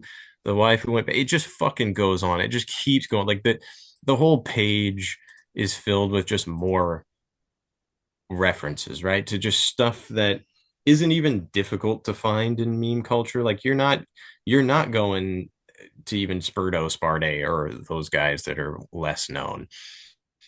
This is Instagram tier memery, which makes it worse. So it's Yeah. like a facsimile almost of memes. People don't even know where a Some of lot of these which come from. some of them are already dated too. It's been like what, like a Yeah. year after the book came out, and it's already some of those references are already, nobody refers to that anymore. Like it's like the internet culture moves so quickly. A trend Yeah. can happen in 24 hours and be over. Like it can literally happen like that Yeah. that quickly. So like when that's another danger, I think, for artists. Yeah, if you're leaning too heavily into that, it can make your stuff more shallow. Like you see my big criticism of that book too is that I called it publicly, I think, Instagram fiction. It's kind of the first Yeah. big, and it had a major release from a major publisher, got pushed with advertising, etc.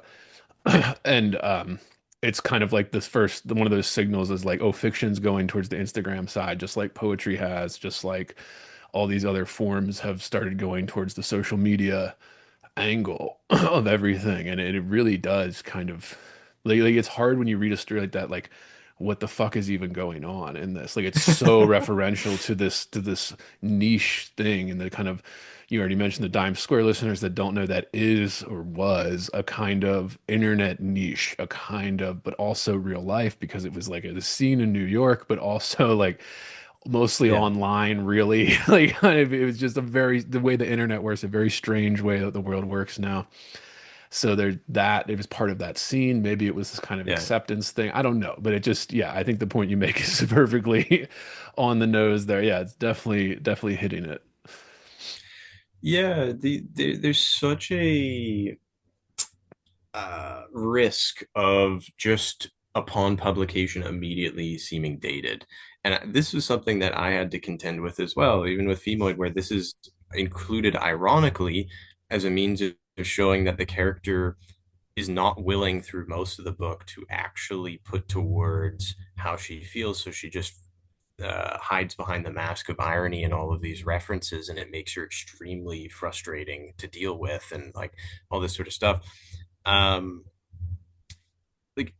Femoid ends up almost becoming like a parody of this type of literature in a way, that I kind of didn't intend at first. I had some sort of inclination that it would go down this route, like the Neopets references and the milk references and the ooh woo and stuff like that. It's everything that you see in the honor levy types and blah blah blah. But I think these other authors do fail to kind of mm, show you that this is not a tenable long-term state or position, or even just a method to write from. Like it's you could get one book out of it if you actually were trying to go the ooh woo method and you were being serious about this stuff, which they never are. Like I don't think I've ever seen one of these books where they're actually trying to make a point very earnestly and they do the ooh woo stuff. It's always packaged with this like half ironic, like um just dipping my toes into authenticity here, like don't expect too much kind of shit. Part of internet um culture too. Yeah, part of the meme culture. Yeah, don't be too serious or you'll get made fun of. You'll yeah. be a target for more memes. Yeah, or more yeah. Yeah, and the meme base is not all that big, so you kind of end up with like this singularity. Everyone's going to use the ooh, everyone's going to use, maybe a couple things from some small niches that you aren't familiar with, but you'll figure it out pretty quickly, or like one Google search gets you up to speed on this pretty fast. You go to knowyourmeme.com or some Right. shit and you're kind of apprised of what they're working with pretty quick. So yeah, there's a real dated feeling to a lot of these internet books instantly because publishing is takes so long, Right.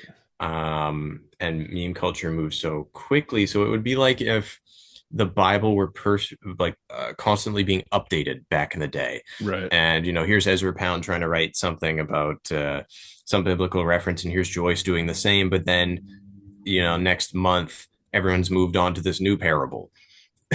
Like it's a shifting sands kind Yeah. of scenario that I just don't believe will stay coherent enough to allow for great literature to come out of this. Like I would love to see a Ulysses of the internet era and then we move on.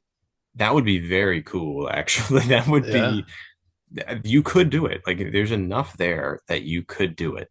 But I just, I don't know where you go from this unless you kind of move toward a kind of long form, calmer, more traditional approach to this, where you overcome it and there are still influences here and there, but you know that you have to be taken seriously and you have to write something that actually is a bit more permanent, and more of like a kind of fixture in literature than a passing curiosity. So that's kind of where I'm moving at the moment with my next project. But I don't know. I've got so much to say about fucking meme lit and stuff like that. I could go on for days about Yeah. this.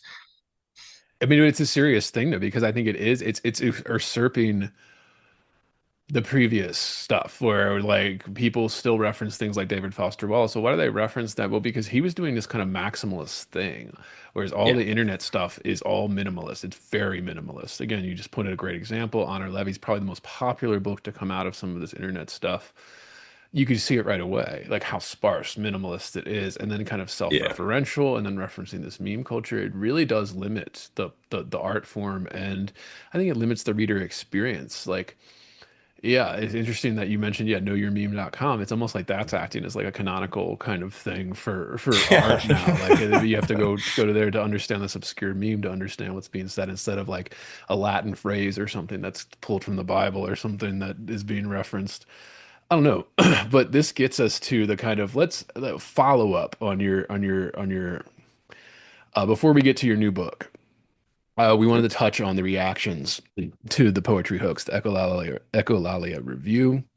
Again, listeners, this is linked below, and of course, go listen to our first episode together. We go into specifically this project, but all right. I saw the articles in a few papers. I saw a few of the big podcasts that covered it. So, how has the reaction formed? Is it what you expected? Different? Let's start there. The reaction to that great poetry hoax.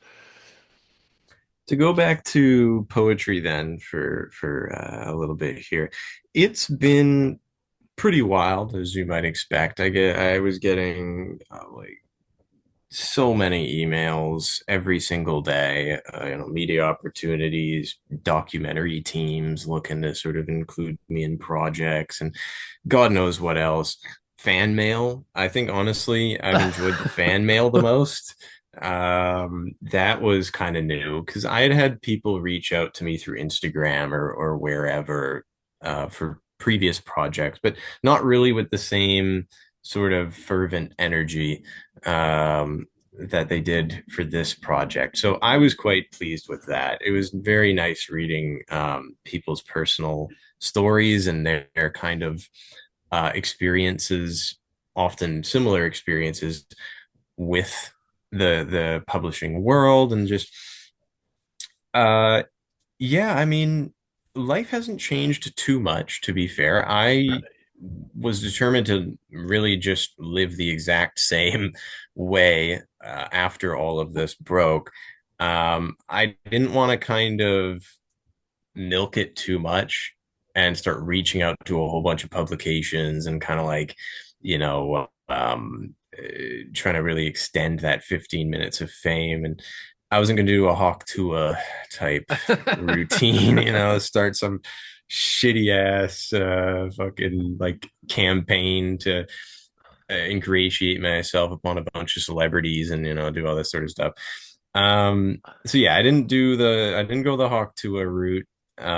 Maybe I should have. Maybe a publicist would have told me to, act as quickly as possible. But largely, whenever I'm in a case like this, I don't post that much online. I'm always working on some new project. So for me, it was a matter of conserving enough energy to really turn my attention to what comes next. Right. Um, and I'm happy I did that because I do have a direction and I am working on a novel in particular that's going pretty well. So like, um, it was really fun for like a month straight, getting all these emails and doing these interviews with different publications. And, a lot of them just didn't ask for my permission and reposted the story. So I got translated into like German, Polish, French, all these international type magazines ran my stuff, but they didn't even like, if with every new article, there was some error introduced. Like the German one doesn't even really make sense. Like it's not properly quoting a lot of my work. They did translate one of my poems into German, which was hilarious. It was the one that was upside down in the collection, the what is writing, what is writing, what is writing over and over again. Um, so that was cool to see. I don't know why they chose that one. I really don't. Um, that was one of the only ones that was accepted as a humor poem, not like a legitimate poem. So I'm like, it was a bad choice, I guess. But yeah, I don't know. It was really cool. I would just get like Dr. Phil has a network, I guess, or some sort of media like outlet, and then they were sharing this kind of stuff every day. A friend would send me this. He'd just be like, "Dude, you're like the Germans are loving you right now on X. Have you seen this?" I'm like, "I fucking have not." Like, sure, send me whatever you want. Like, yeah, I don't even know the full extent really of like how far it went. Like there are probably a lot of different podcasts that covered this and I just never even knew about it. Um, and a lot of different publications in foreign languages that I'll never really even see because I can't search for it in that language. So I guess, yeah, more than anything, it was just kind of fun. Like I didn't clear up any rumors other than for the like the few publications that reached out with specific questions, I would answer those. But when I would see people misquoting me or they'd be on Reddit like trying to diagnose my sexual history and stuff like that, I would just let them do it. Like I Right. don't Yeah. care. Like the the more you try to go on there and like clear up rumors and like stand your ground and stuff, like the less mythic it is. It just pulls it back into Right. reality where you almost want to let them just spin their wheels and try to figure you out and kind of make up their own narratives. So that was my approach largely. I'm sure I could have shilled my books in comment sections where everyone agreed with what I did, like the Daily Mail and all that. Like they're Yeah. like, yeah, stuck it to the man, whatever, DEI sucks. Like I could have gone like, hey man, if you loved my stuff, check me out on da da da. Like, but I didn't bother. Because it was enough to get the recognition just in the form of a new article. Yeah. Lots of hit pieces came out, but yeah, Yeah, I mentioned this before we started here, but I did a quick Google search when I was just saying, Aaron, for your name, real name. I yeah, didn't try Jasper Ceylon, but I did see you're coming out here. And just the top results. Of course, your Instagram pops up and all that. But then, yeah, first Daily Mail, straight white author's career finally takes off after he tell like how white man became famous as a queer Nigerian poet. The white man who pretended to be black to get published. Straight white author's career. And then they have Reddit, yeah, on book club Reddit here. yeah, I just see article after article. That's how it's always framed. Yeah. And it's framed, I guess that's kind of unavoidable given the circumstances that you're going to be framed as a straight white author. Uh, yeah, yeah. It was definitely unavoidable here. They had to pick a headline that would really, I guess, draw eyeballs. And I was surprised because River Page, the guy who wrote the original one for the Free Press, he didn't tell me what the headline was going to be. He's just like, oh, it'll be out, this day. And then my inbox is flooded when I wake up. I check it out, and it's like the dude pretends to be, a Nigerian poet. He says he got this sort of published.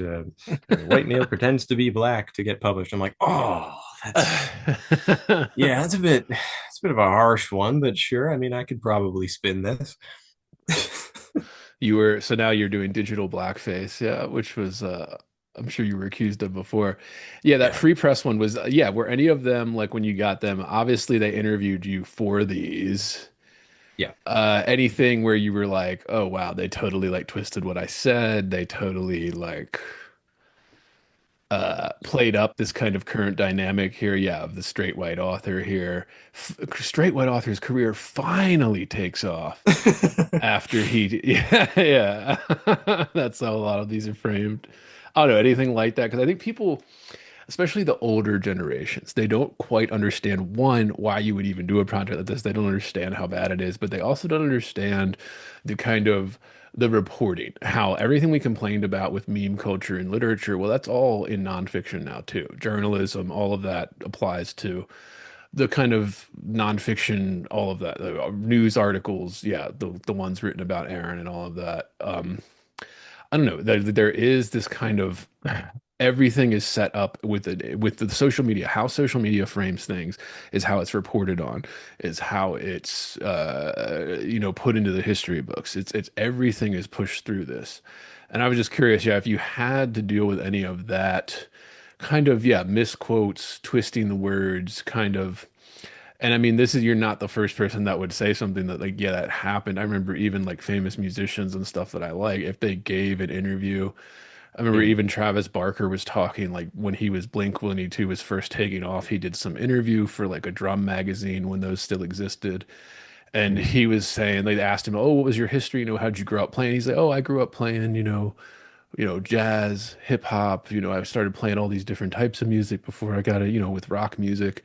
And he said the quote that they put in the interview when it actually published was, "I refuse to be called a punk drummer," or something. Like he's just like, "I never said that." Like he just said, "No, I listened to a bunch of stuff. I love playing jazz, blah Mhm. blah." But then they just twisted it around to be like, "I refuse. I'm a much more dynamic." He's like, "Well, that's not how I said it, and that's not how it like was asked in the interview." But whatever. Stuff like that happens all the time because you do have to add embellish, you have to flourish it up to make people want to read it, whatever. But it's a new level now. So I was just curious if you had any of that, death threats, any of that. Like what yeah. People have certainly, from what I've seen and received as direct responses in a few cases, they've wished they haven't wished for my death, but they've definitely orchestrated or like concocted these imaginary scenarios where I kill myself and leave behind some sort of suicide note where I realized that I was a some sort of gimmick writer who only had one sort of like thing to say, or I don't fucking know. I'm giving them too much credit. A lot of it's just like you're gonna kill yourself one day and you're gonna realize you were a fool. Like that's the sort of thing. Now, they those don't shake me in the slightest. I find those extremely entertaining, if Right. anything. Like I'm not trying to like invite more of these, but um I just they don't affect how I live my life and they don't affect how I view my work. A lot of this just comes from people who really fundamentally misunderstood what I did anyway. And I can tell by the way they talk about the Echo project and the scope of my experiment. I can see they're getting details wrong. They're like, Right. oh, he only targeted DEI type magazines and he only targeted like the shittiest magazines, blah blah blah. Like, no, there are tons in there that are completely, well, as neutral as you can get these days. They're more like experimental magazines with a little bit of, leftist kind of preferences. But things like that, where, yeah, I did go and try to really complete a full range of submissions here. So Artidolia and all these Delia Mita, these types of ones, and I just like I didn't bother even trying to correct a lot of this stuff. It was just there was so much of it going on. It would have just occupied all day, every day for me. So um, things like yeah, he never tried to submit to any like better magazines. Like I got an offer of publication from the Antigonish in Canada, which is like one of our better, more long-standing um poetry journals.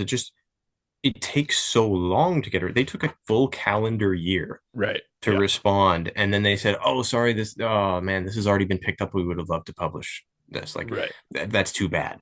Like, I didn't have 5 years to do this. Right. The discourse would have just moved on.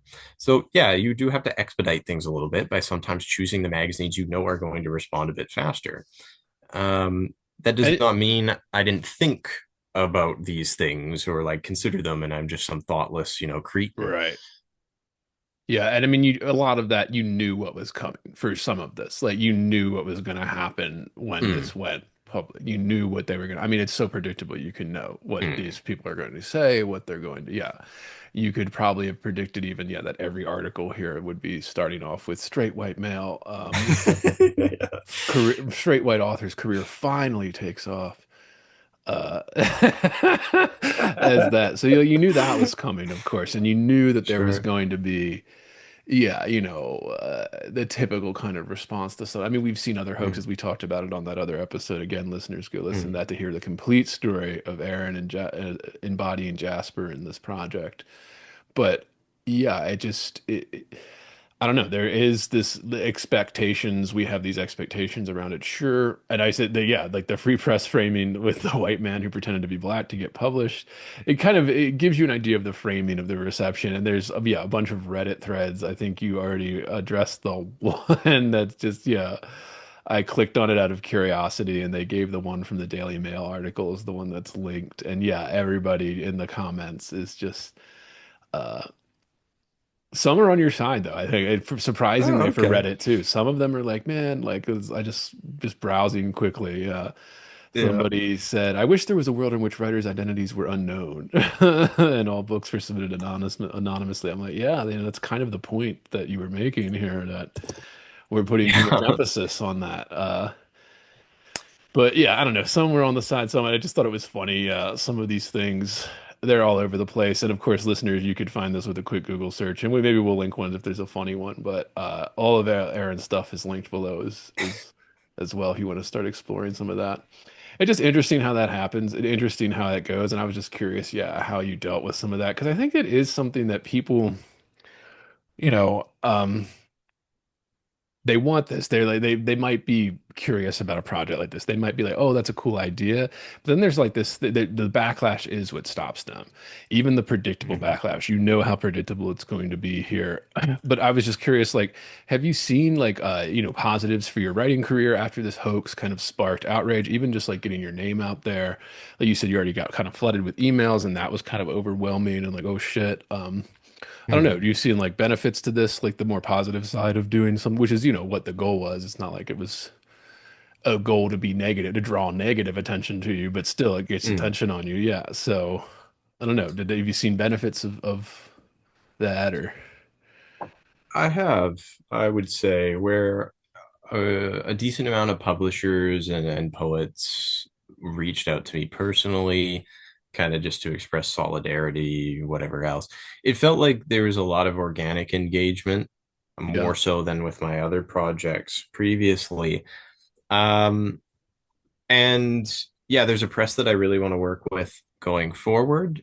So like this next novel, they said they would bump it up to the top of the reading pile as soon as I was done with it, kind of thing. So it's sort of paved the way a little bit for my next project. With publishing, there's not too much you can quickly follow up with, right? Unless you have a Right. manuscript prepped and ready to go. But I put these three out basically all in the same year. Like I was working on these for essentially 2 to 3 straight years prior. So like I had expended a vast amount of creative energy to get all of these to this sort of place. So um I don't know, people would ask me like, "Oh, do you want to be in my magazine? Like, do you have any like material right now that you could send me?" And I would have to go like, "You know what? I probably don't actually." Like uh I've basically gotten everything out that I had to get out. So just give me a little bit of time, like maybe 6 months from now or something. I'll give you, a short story or whatever it is. So I passed up on a few of those just based on the timing. Um, the I think I explained this before when I was on last, where there are two philosophies that you can really embody as a creative, um, where you either just are content to write for a decade or two and let your stuff build up, and then one of your works eventually um gets picked up for a contest, or back in the day, Oprah would Yeah. pluck you out of obscurity. Her handlers would determine that your book had some sort of narrative they wanted to push or whatever. And then that would just sell your back catalog, and you'd finally be able to judge contests, and you'd be given all these perks. Or you can just kick the door down and just go balls to the wall as fast as possible. You might have a shorter career, but if you have something that needs to be said right away, Right. and you are okay with ruffling feathers, making enemies, potentially drawing negative publicity, whatever it is, if you're determined to live through that and you're ready for the consequences, you can just kick the door down and you can do something like what I did, where you kind of go for notoriety first, and then your catalog catches up to your name. So that always seemed the most appealing to me, and my 14-year-old equivalent there, who was wrestling with all these, existential ideas, and, this idea that I might have a severely reduced lifespan. Like, I needed to move faster. I always felt like I haven't quite shaken that Yeah. sense, even though, my health is fine and whatever now, but like, I still live in that kind of mentality. Because of all those years.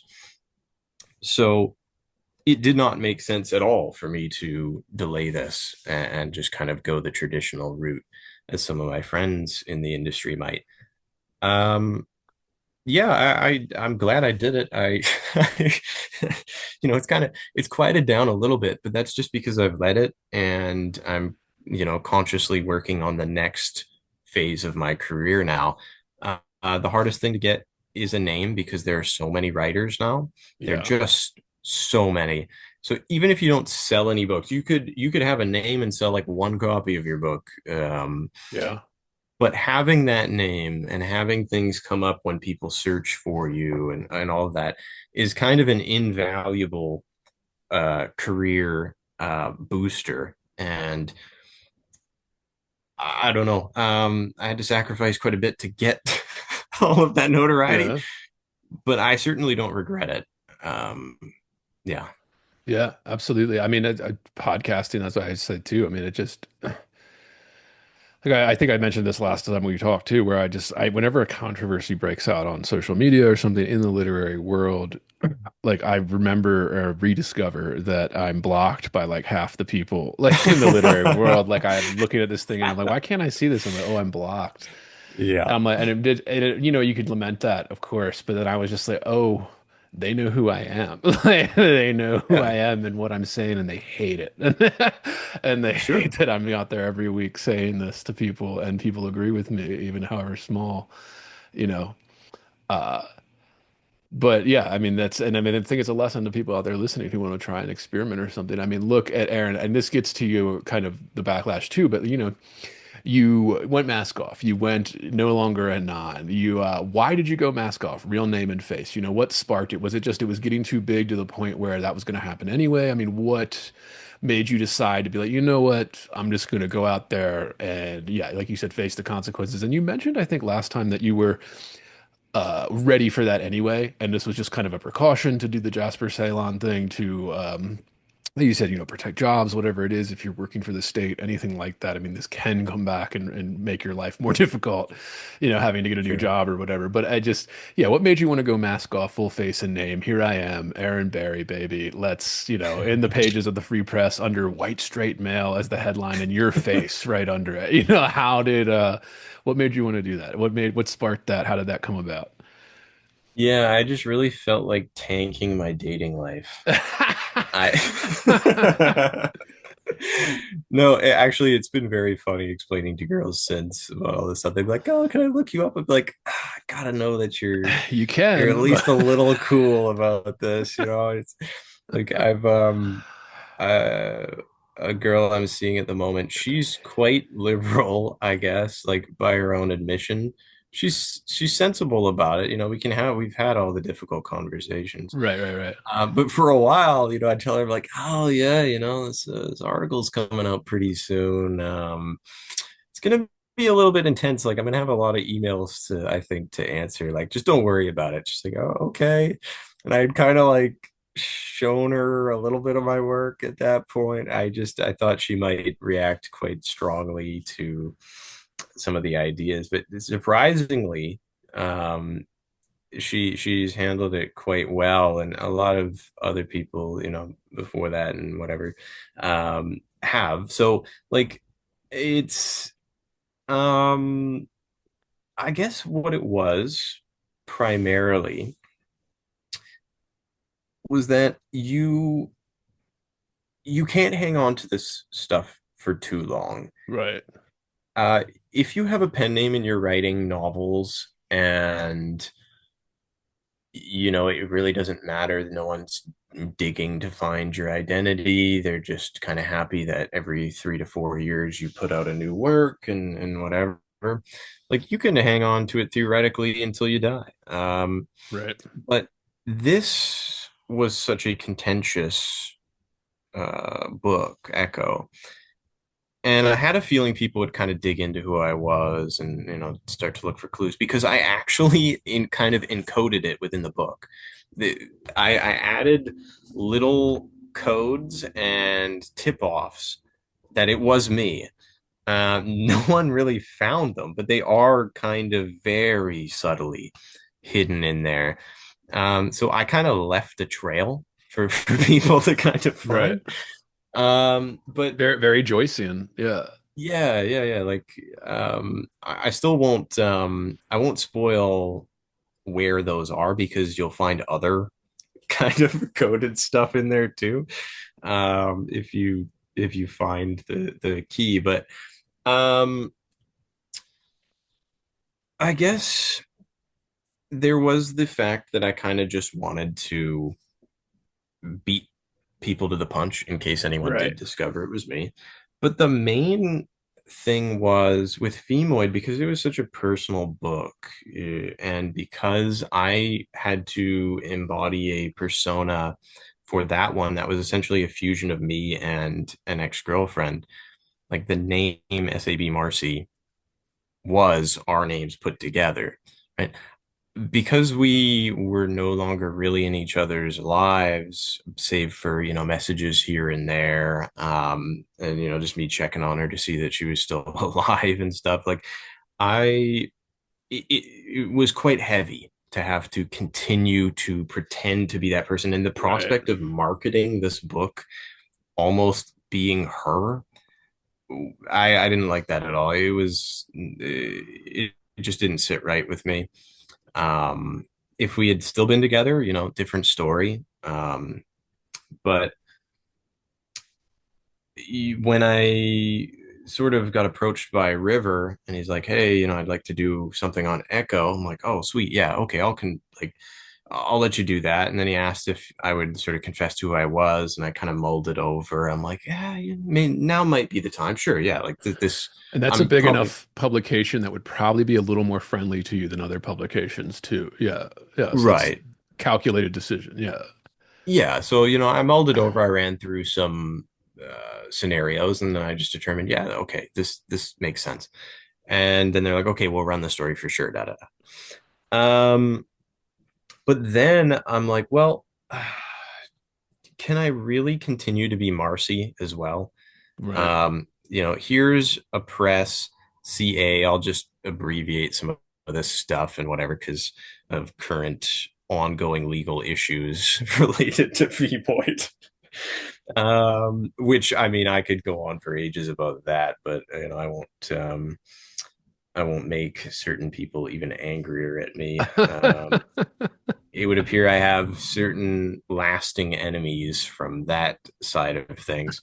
Um, but yeah, it's funny. People, I guess, they who champion creative freedom and actually anonymity in publishing will, when you publish a book anonymously that's centered around freedom, they will try to kill your book.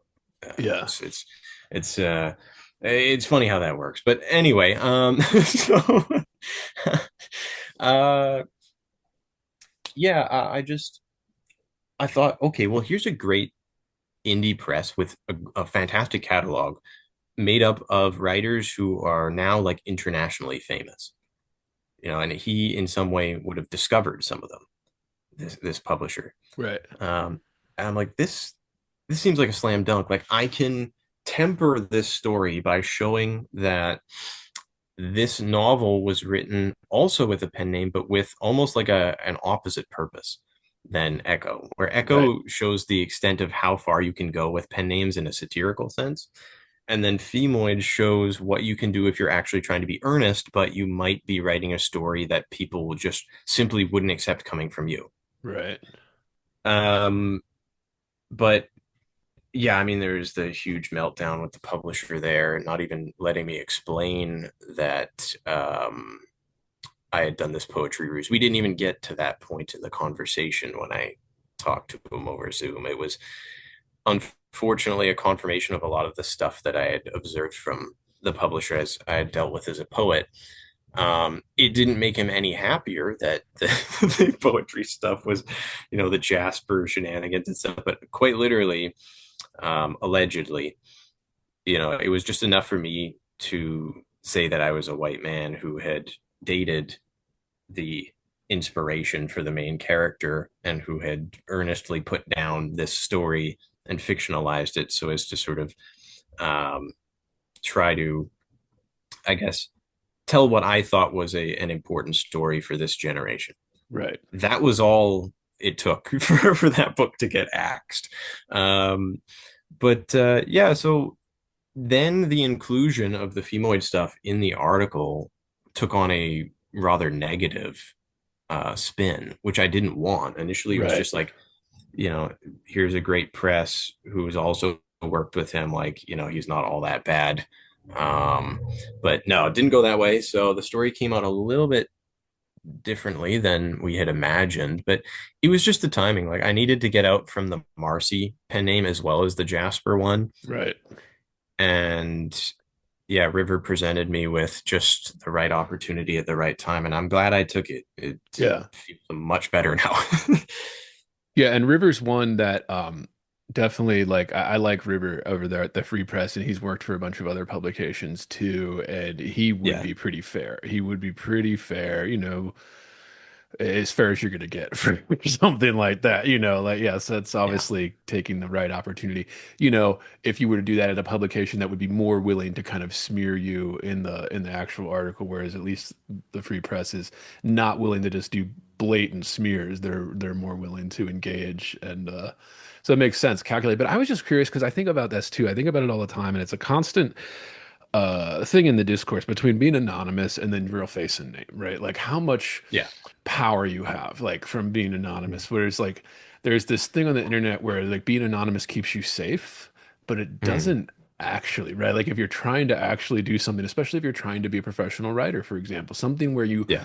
just by default of like what it is, you're in the public. You're people. If you're writing nonfiction, if you're writing fiction, if you're writing poetry, whatever it is, if you're just a writer in the public sphere, people want a face and name attached to it. That carries more weight than of yeah, like a fake name or something like that too, where it is like, and you mentioned this already in the last episode where you talked about the different pen names that you use. You almost embodying several characters throughout the project, Yeah. almost like you were letting yourself be born in a way, even like kind of like letting like, no, actually this is me and this is what I've done, and now look what I'm going to Mm. do next. Kind of like, yeah, kind of a, I don't know, just a reveal kind of that way, in the way you go mask off, and everybody's worried about it. Everybody's worried about being judged for their work. And then, of course, you're doing something like you did.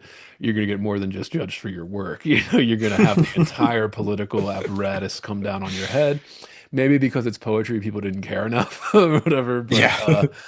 it's not like it was pleasant to have that stuff happen. But, Yeah, just curious. Fiction. So you move from and you've done this before. We talked about it a little bit last time. You moved from fiction to poetry to fiction, and you have this kind of working relationship with both. So I was curious, why did you want to do a fiction project for this next project after Echolalia and all of that? And then I mean, maybe even an additional question on top of that. Do you feel that the Echolalia is taking away from the release of this newest stuff, or adding to it, making it easier for you to reach out to stuff because your name's now associated with like the hoax. I don't know. Your thoughts. Yeah, what do Mhm. you It's been interesting managing three books in 1 year. Right. I mean, I haven't really done that much promotion for Pound Flesh just because, yeah, I was right off right on the heels of the sort of other two. So it's just, um, I I'm glad these all came out. I can now sort of rest way more easily at night, just kind of knowing that these sort of statement pieces are accessible, they're out there, whatever it is. Um, I Echo, I love Echo. I love all these books.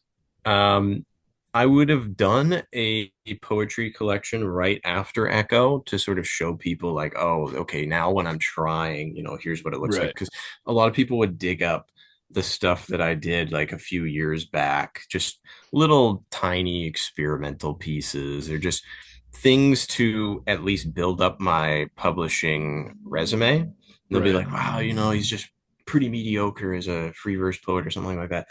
Yeah, because I wasn't trying to, blow anyone out of the water. This was just me kind of ingratiating myself to the industry a little bit, Right. just seeing what it was like to work with different editors, sign different contracts. They turned one of my poems from Nifty Lit into an NFT. Just like I would go for stupid things like that, novelty things, publications.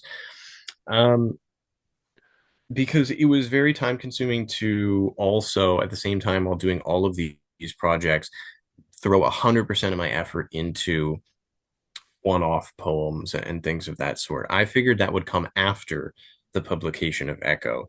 So when people look up my older stuff, it's not emblematic of my skill set as a poet. It's really just I needed to get some poetry published, and I figured I would go for like pretty easy, like lukewarm pieces that these mags would take.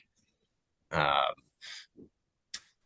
but my actual poetry is a lot different in nature. It's probably more contentious, like in terms of its themes, it would not very easily get published in the top level magazines. Just they don't like certain ideas. Um, and I knew that. So I would have to basically assemble it all into a collection or get some of it published in like mid-level magazines with different ideological bends than the average mag. But that's all coming. People just have to wait because it takes a very long time with publishing. It might be a year, it might be two even before I can get to that again. Um, but I didn't want to rush it. I didn't want to right after Echo came out immediately embark on some mega project and burn myself out or do a rush job just to prove to people on shitty subreddits that I can actually write. Like, I know what I'm doing, and I know I'm confident enough in what my future output will be that we'll get there. Yeah. Do you do anything differently when you go to do fiction or poetry? Do you approach it differently? Do you try to do different mindsets or get started differently? I don't know. I mean, how do you like to do that, or do you think of them differently at all? How do you like to Hmm. approach the two different forms when because you write within all of them and you do nonfiction as well, do you do any of the kind of, I don't know, do you change your approach or do you think of it differently or, this kind of the craft style stuff we like to get into? Yeah. Hmm. With poetry, my attention always goes to creating new or novel constructions, linguistic constructions, where each line is of such great significance to the overall work that you have to try to be kind of as innovative as possible or as succinct as possible, whatever it is. So I treat that kind of as a condensed form of writing that I will do if a certain idea feels more suited to that form of expression, quicker expression, but more experimental or even intricate. I'll usually, yeah, take it in that direction. But then if it's a broader idea, like there's a big theme I would look at, or there is some sort of approach that I want to take that necessarily needs a lot of time and space, I'll funnel it towards prose. So Femoid, it had to be a novel. There was no, I mean, you could do a Right. poetry collection in this style, featuring a sort of speaker like Savoy there. That might be an interesting project going forward. I don't know if I'll do it, but someone might. But yeah, that one just naturally felt like there needed to be more explication. There needed to be it needed time to build, and there were certain artifices that I couldn't simulate in poetry, so it just had to be that way. Yeah. For Pound Flesh, I mean, it was more of a bridge novel between mega projects where I wanted to experiment a bit more with just a plot focused story where you take these four zoomers and you look at what might happen if in these worst case scenarios zoomers kind of lose it a little bit and take matters into their own hands and have to kind of actually commit criminal acts in order to find comfort in this life. um, that one kind of just came together, and I knew that it wouldn't work in poetry form at all. Like these Right. were four unique characters that had to express themselves through dialogue and whatever else. So that one very quickly went the novel route, and I didn't even consider Right. um, poetry for that. But in terms Kind of of my process, you just yeah, let the sorry, go for it. you just let the project guide you, whatever the project's calling for essentially is kind of Yeah, yeah. Because when you're practicing, when you're younger and you're sort of starting out, you might not know which right. form you should go into. Like a lot of people just only go with one form. They're a poet or they're a novelist or something. Um, but yeah, there's kind of like this checklist you almost go through. At first, it's very deliberate. And then once you've internalized all this stuff and you've practiced enough, you don't really have to think of it. It's just automatic, and it takes you in a direction and you let it, and to let it kind of guide you towards Right. a form and a style and everything. Like I didn't really even have to think about doing Pound Flesh in all lowercase with minimal punctuation and like play formatting for the dialogue. It just kind of emerged, and Right. I knew to kind of ride it out. And I said, that's the form this was supposed to take.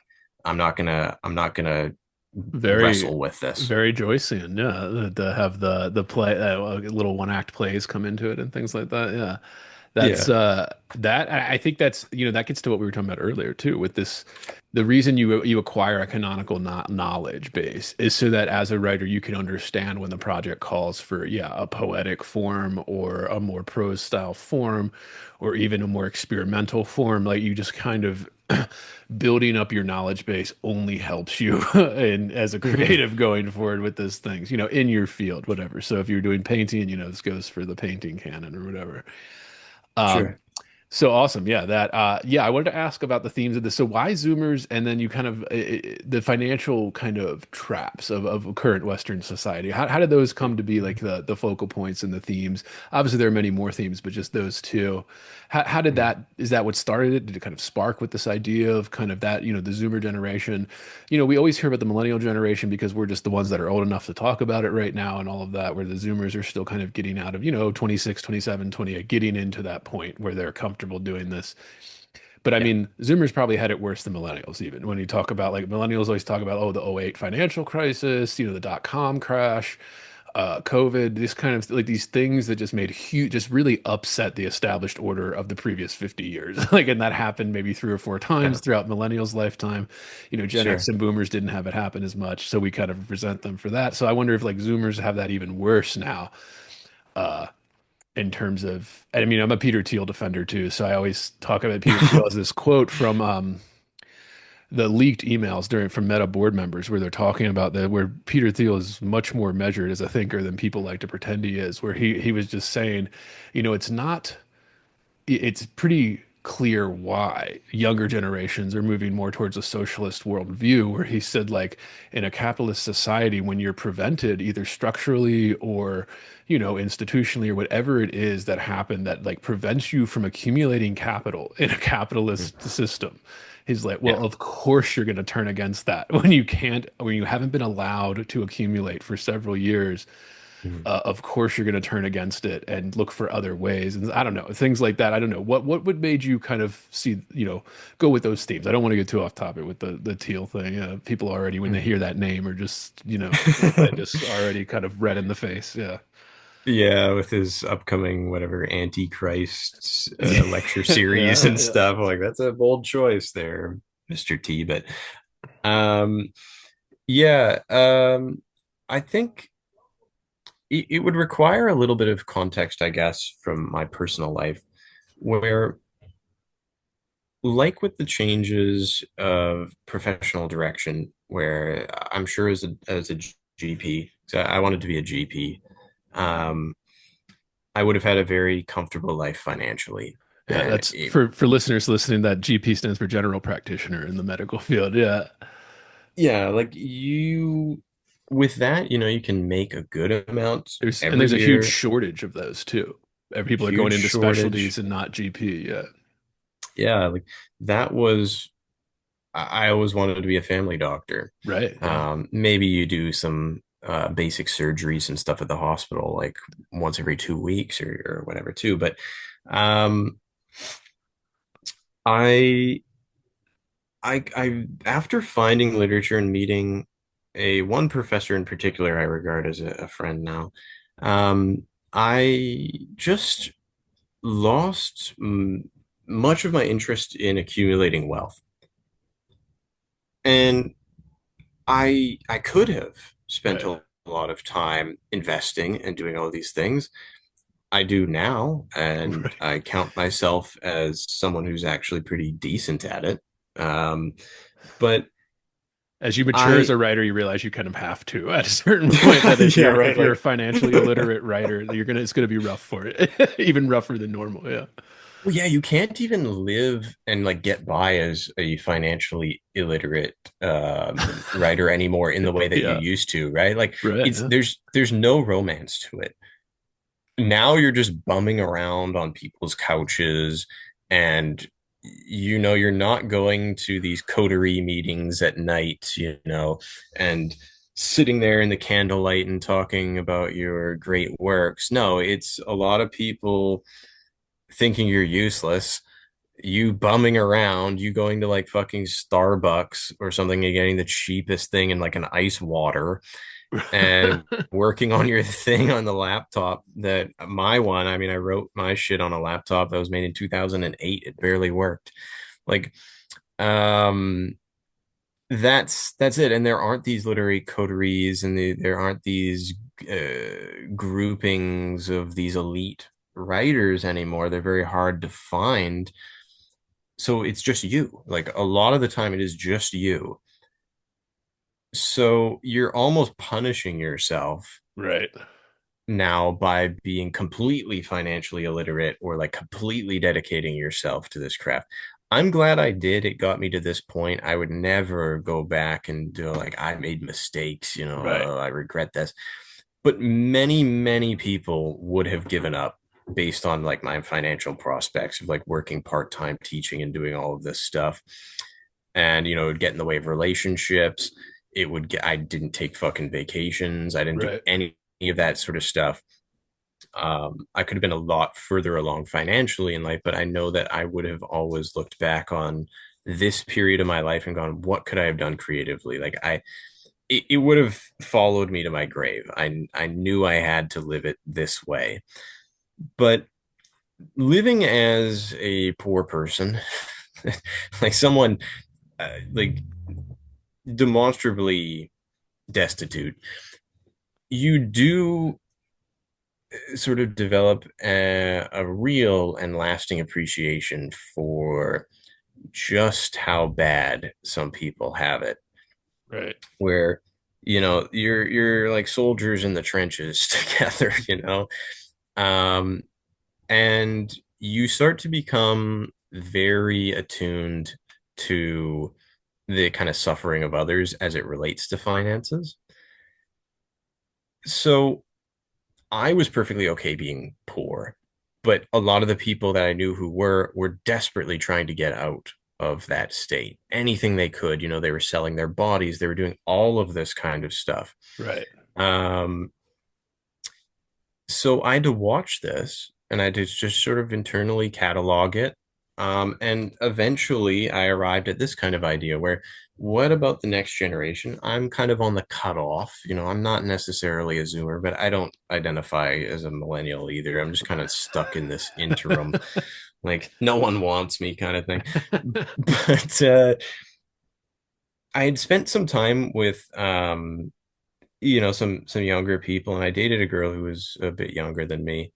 And I would ask her about like what her friends thought about their financial prospects, what they wanted to do in life. It just kind of seemed like there wasn't really much out for them unless they had wealthy parents. Like their Right. ability to accumulate capital was severely hindered unless they took very odd jobs, sold their souls, so to speak, Right.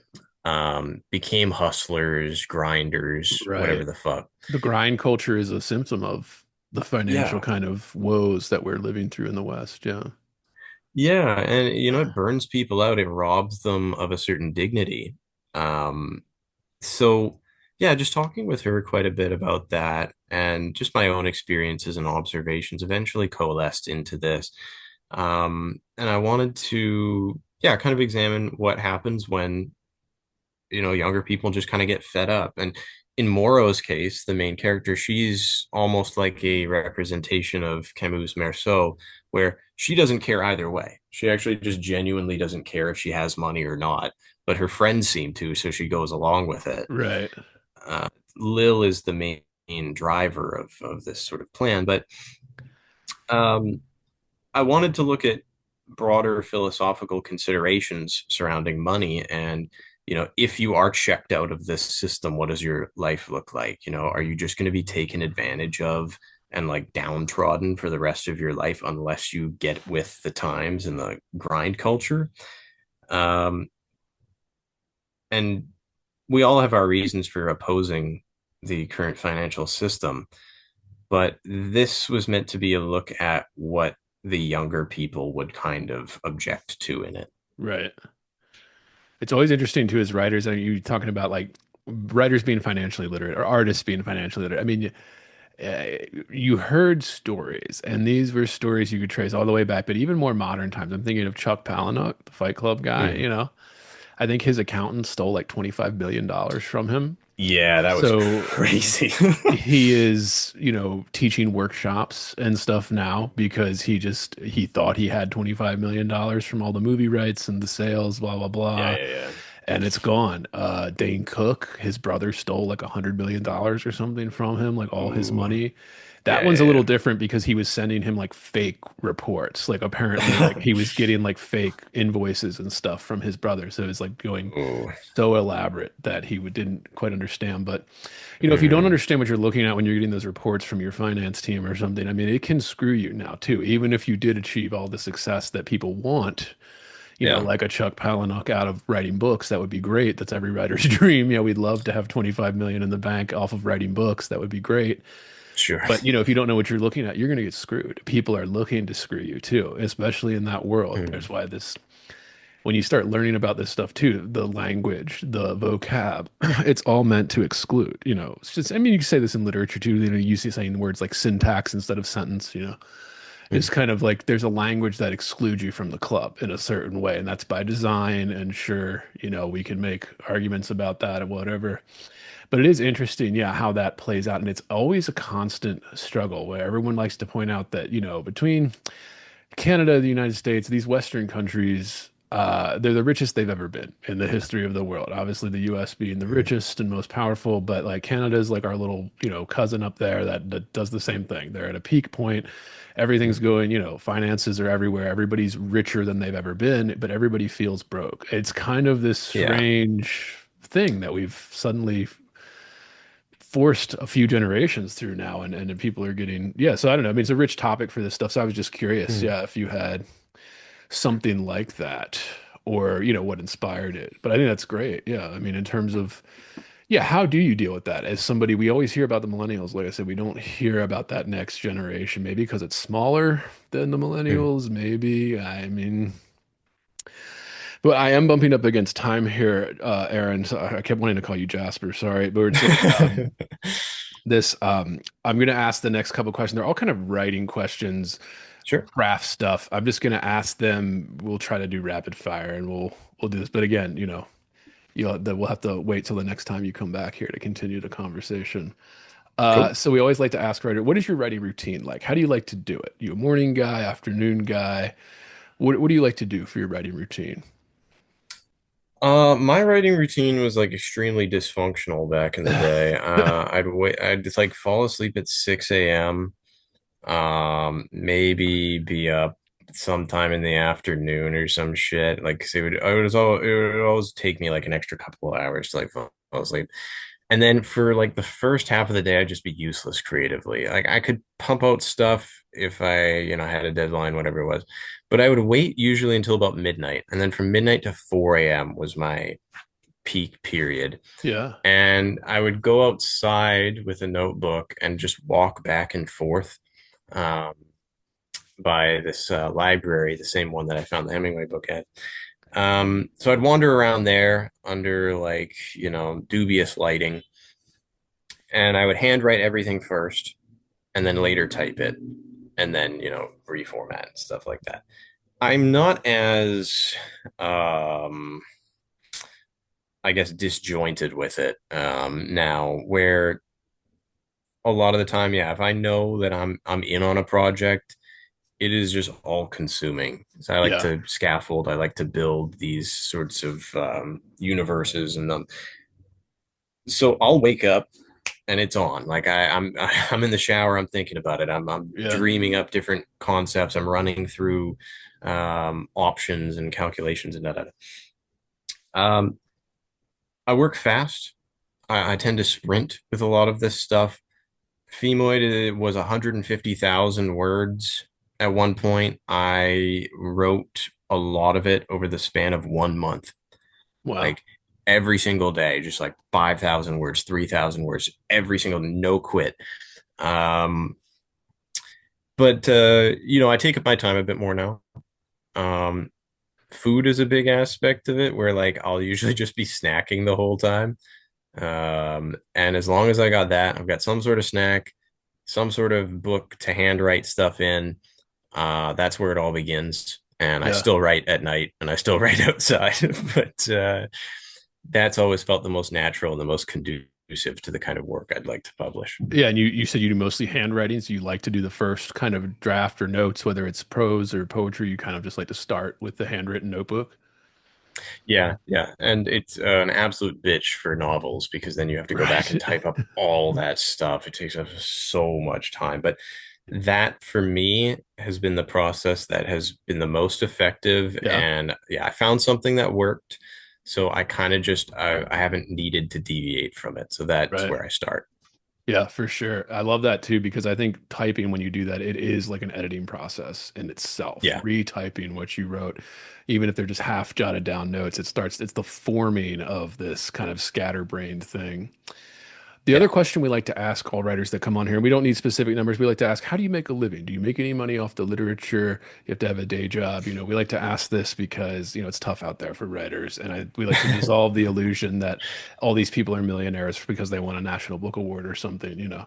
So how do you Hmm. make a living? If you feel free to share it, you don't have to share it if they're gonna. if you're gonna start getting hate or like death threat emails to your employer. But Yeah. Well, I'm in education, as most so most English majors end up, yeah. yep. I love it. Teaching's great. Um, I would like to eventually move up to the post-secondary level, but I'd have to get a fucking dreaded MFA to do that, I think. Yeah. They Um, don't let you do it with just books anymore. You used to not have to do that if you had enough published books. right? Now it's you got to have that little piece of paper. They don't care. Yeah. Yeah, that's kind of working against me here, but I think I don't even know if a university would hire me with my reputation now, but eventually I'd like to move up. Right. But I've done all sorts of odd jobs over the years, and I'm certified to manage like real estate and all that random shit. But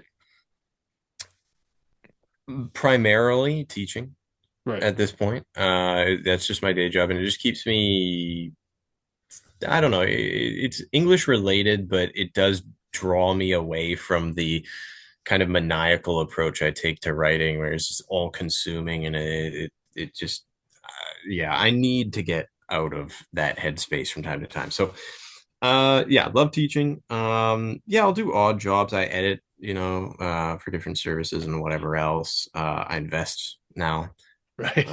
allegedly, if you're the CRA. And yeah, I guess I've never cared that much about money, as I mentioned. So I, it's changing a little bit just because, yeah, you want to be able to have a family. You want to be able to move to the next You phase start of your hitting life. 30 and you're like, oh, actually, I need some Yeah. savings. Like, yeah, or I can't fucking function. Yeah. Yeah, right. And like Yeah. my plan is to get out of Canada. Like I've got a certain part of the world that I'm saving up to buy property in. Oh, nice. Yeah, so like that's kind of where I'm headed. Yeah, I guess that's the money situation at the moment. I do make an okay amount from my writing, actually. I Really? guess relative to the average writer. Yeah. Yeah. I'm not swimming in it. And I mean, my royalties, I probably made like $10 only in royalties Right. Yeah. today Yeah. or Yeah. some shit. But like, you know, for some people that's a lot. So, I don't know. And I don't have a big international deal, so I can't expect these giant royalty checks for what I'm doing. And I've kind of put myself in this lane. So, Yeah. yeah, that's kind of where I'm at with that. For sure, for sure. Yeah, we just always like to know as the writers come on here. People are curious, and it's one of those things where, like, if you listen to most writing interviews, nobody's asking this because it's kind of like, oh, you can't ask how people make a living, whatever. And I get that, that's why I'm like, we don't need, screenshots or anything of like pay stubs. I'm just saying, yeah, Yeah, people yeah. like to know that kind of thing because it's rough. It's rough out there. Going off that, the last couple here, we like to ask, what advice would you give out to writers that are trying to do something like this, if any? If any. Well, I'll keep it tight here because I'm the sort of loquacious type. I tend to sort of just ramble on and on here. That's good for Um, podcasting. Yeah. yeah, yeah. I would say there's a ton of writing advice I could give, but if we're going to focus on something related to what we've discussed today, it would be that studying the Joyces of the world and learning about the most complex expressions of, in this case, English linguistics, is immensely helpful because if you can aspire to that level of density and complexity in your writing, other forms just become far easier.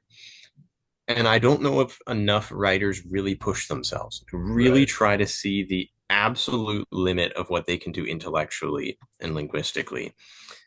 Um, it's it's humbling, of course, because you're not Joyce, unfortunately. I'm not Joyce, It's but it will help you really hit that next stage, in my opinion. We need to go through that. Don't shy away from complexity and kind of retreat into this minimalistic meme filled nonsense. Right. Um, because otherwise you really just relegate yourself to a lower tier of achievement.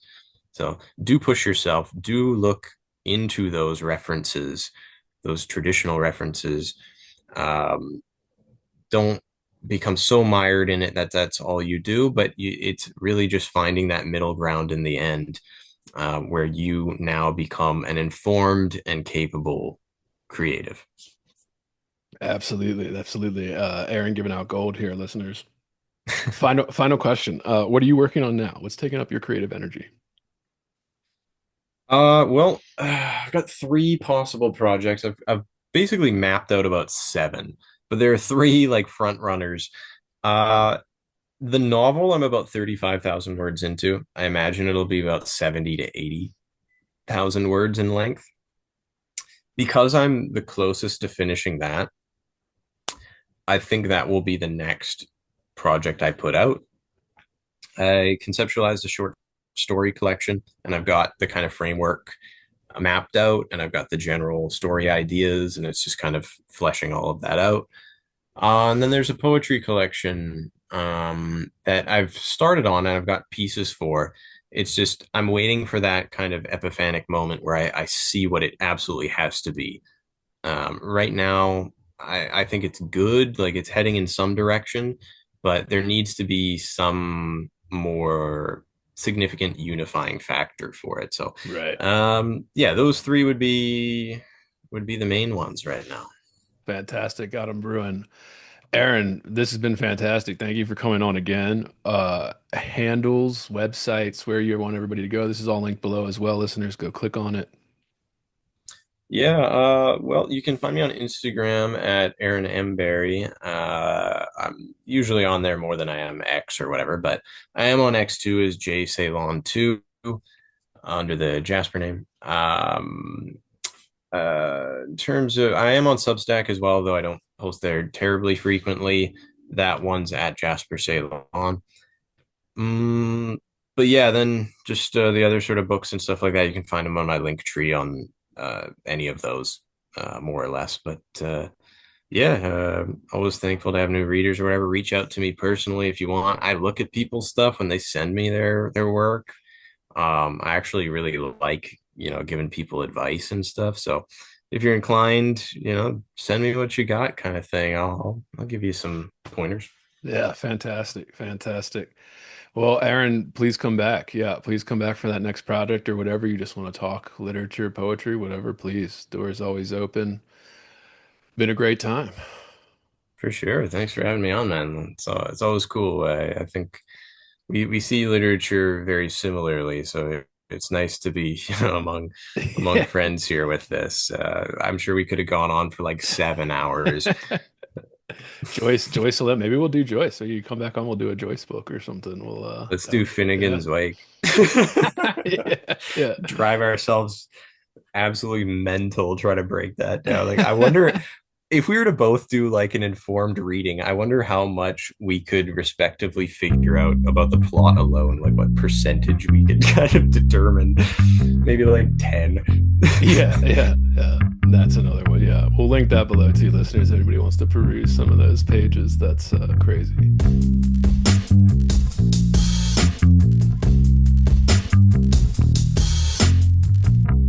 Heavy. Bored. Heavy. I am heavy bored.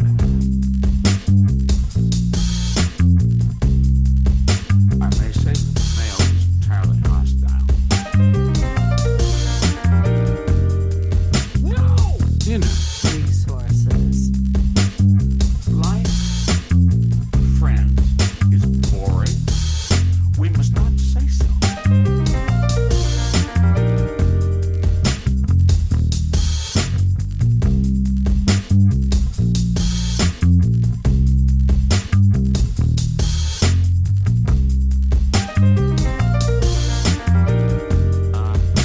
Are you radioactive now? Inner. Resources, American resources. Being bored, Some activities are intentional, right? it shows such a lack Heavy. of gratitude for life. Bored. I aspire to boredom, I Heavy. should say. Bored. Heavy. I am heavy Bored. Has recognize the night sweats and the day sweats, pal? Pal, I do.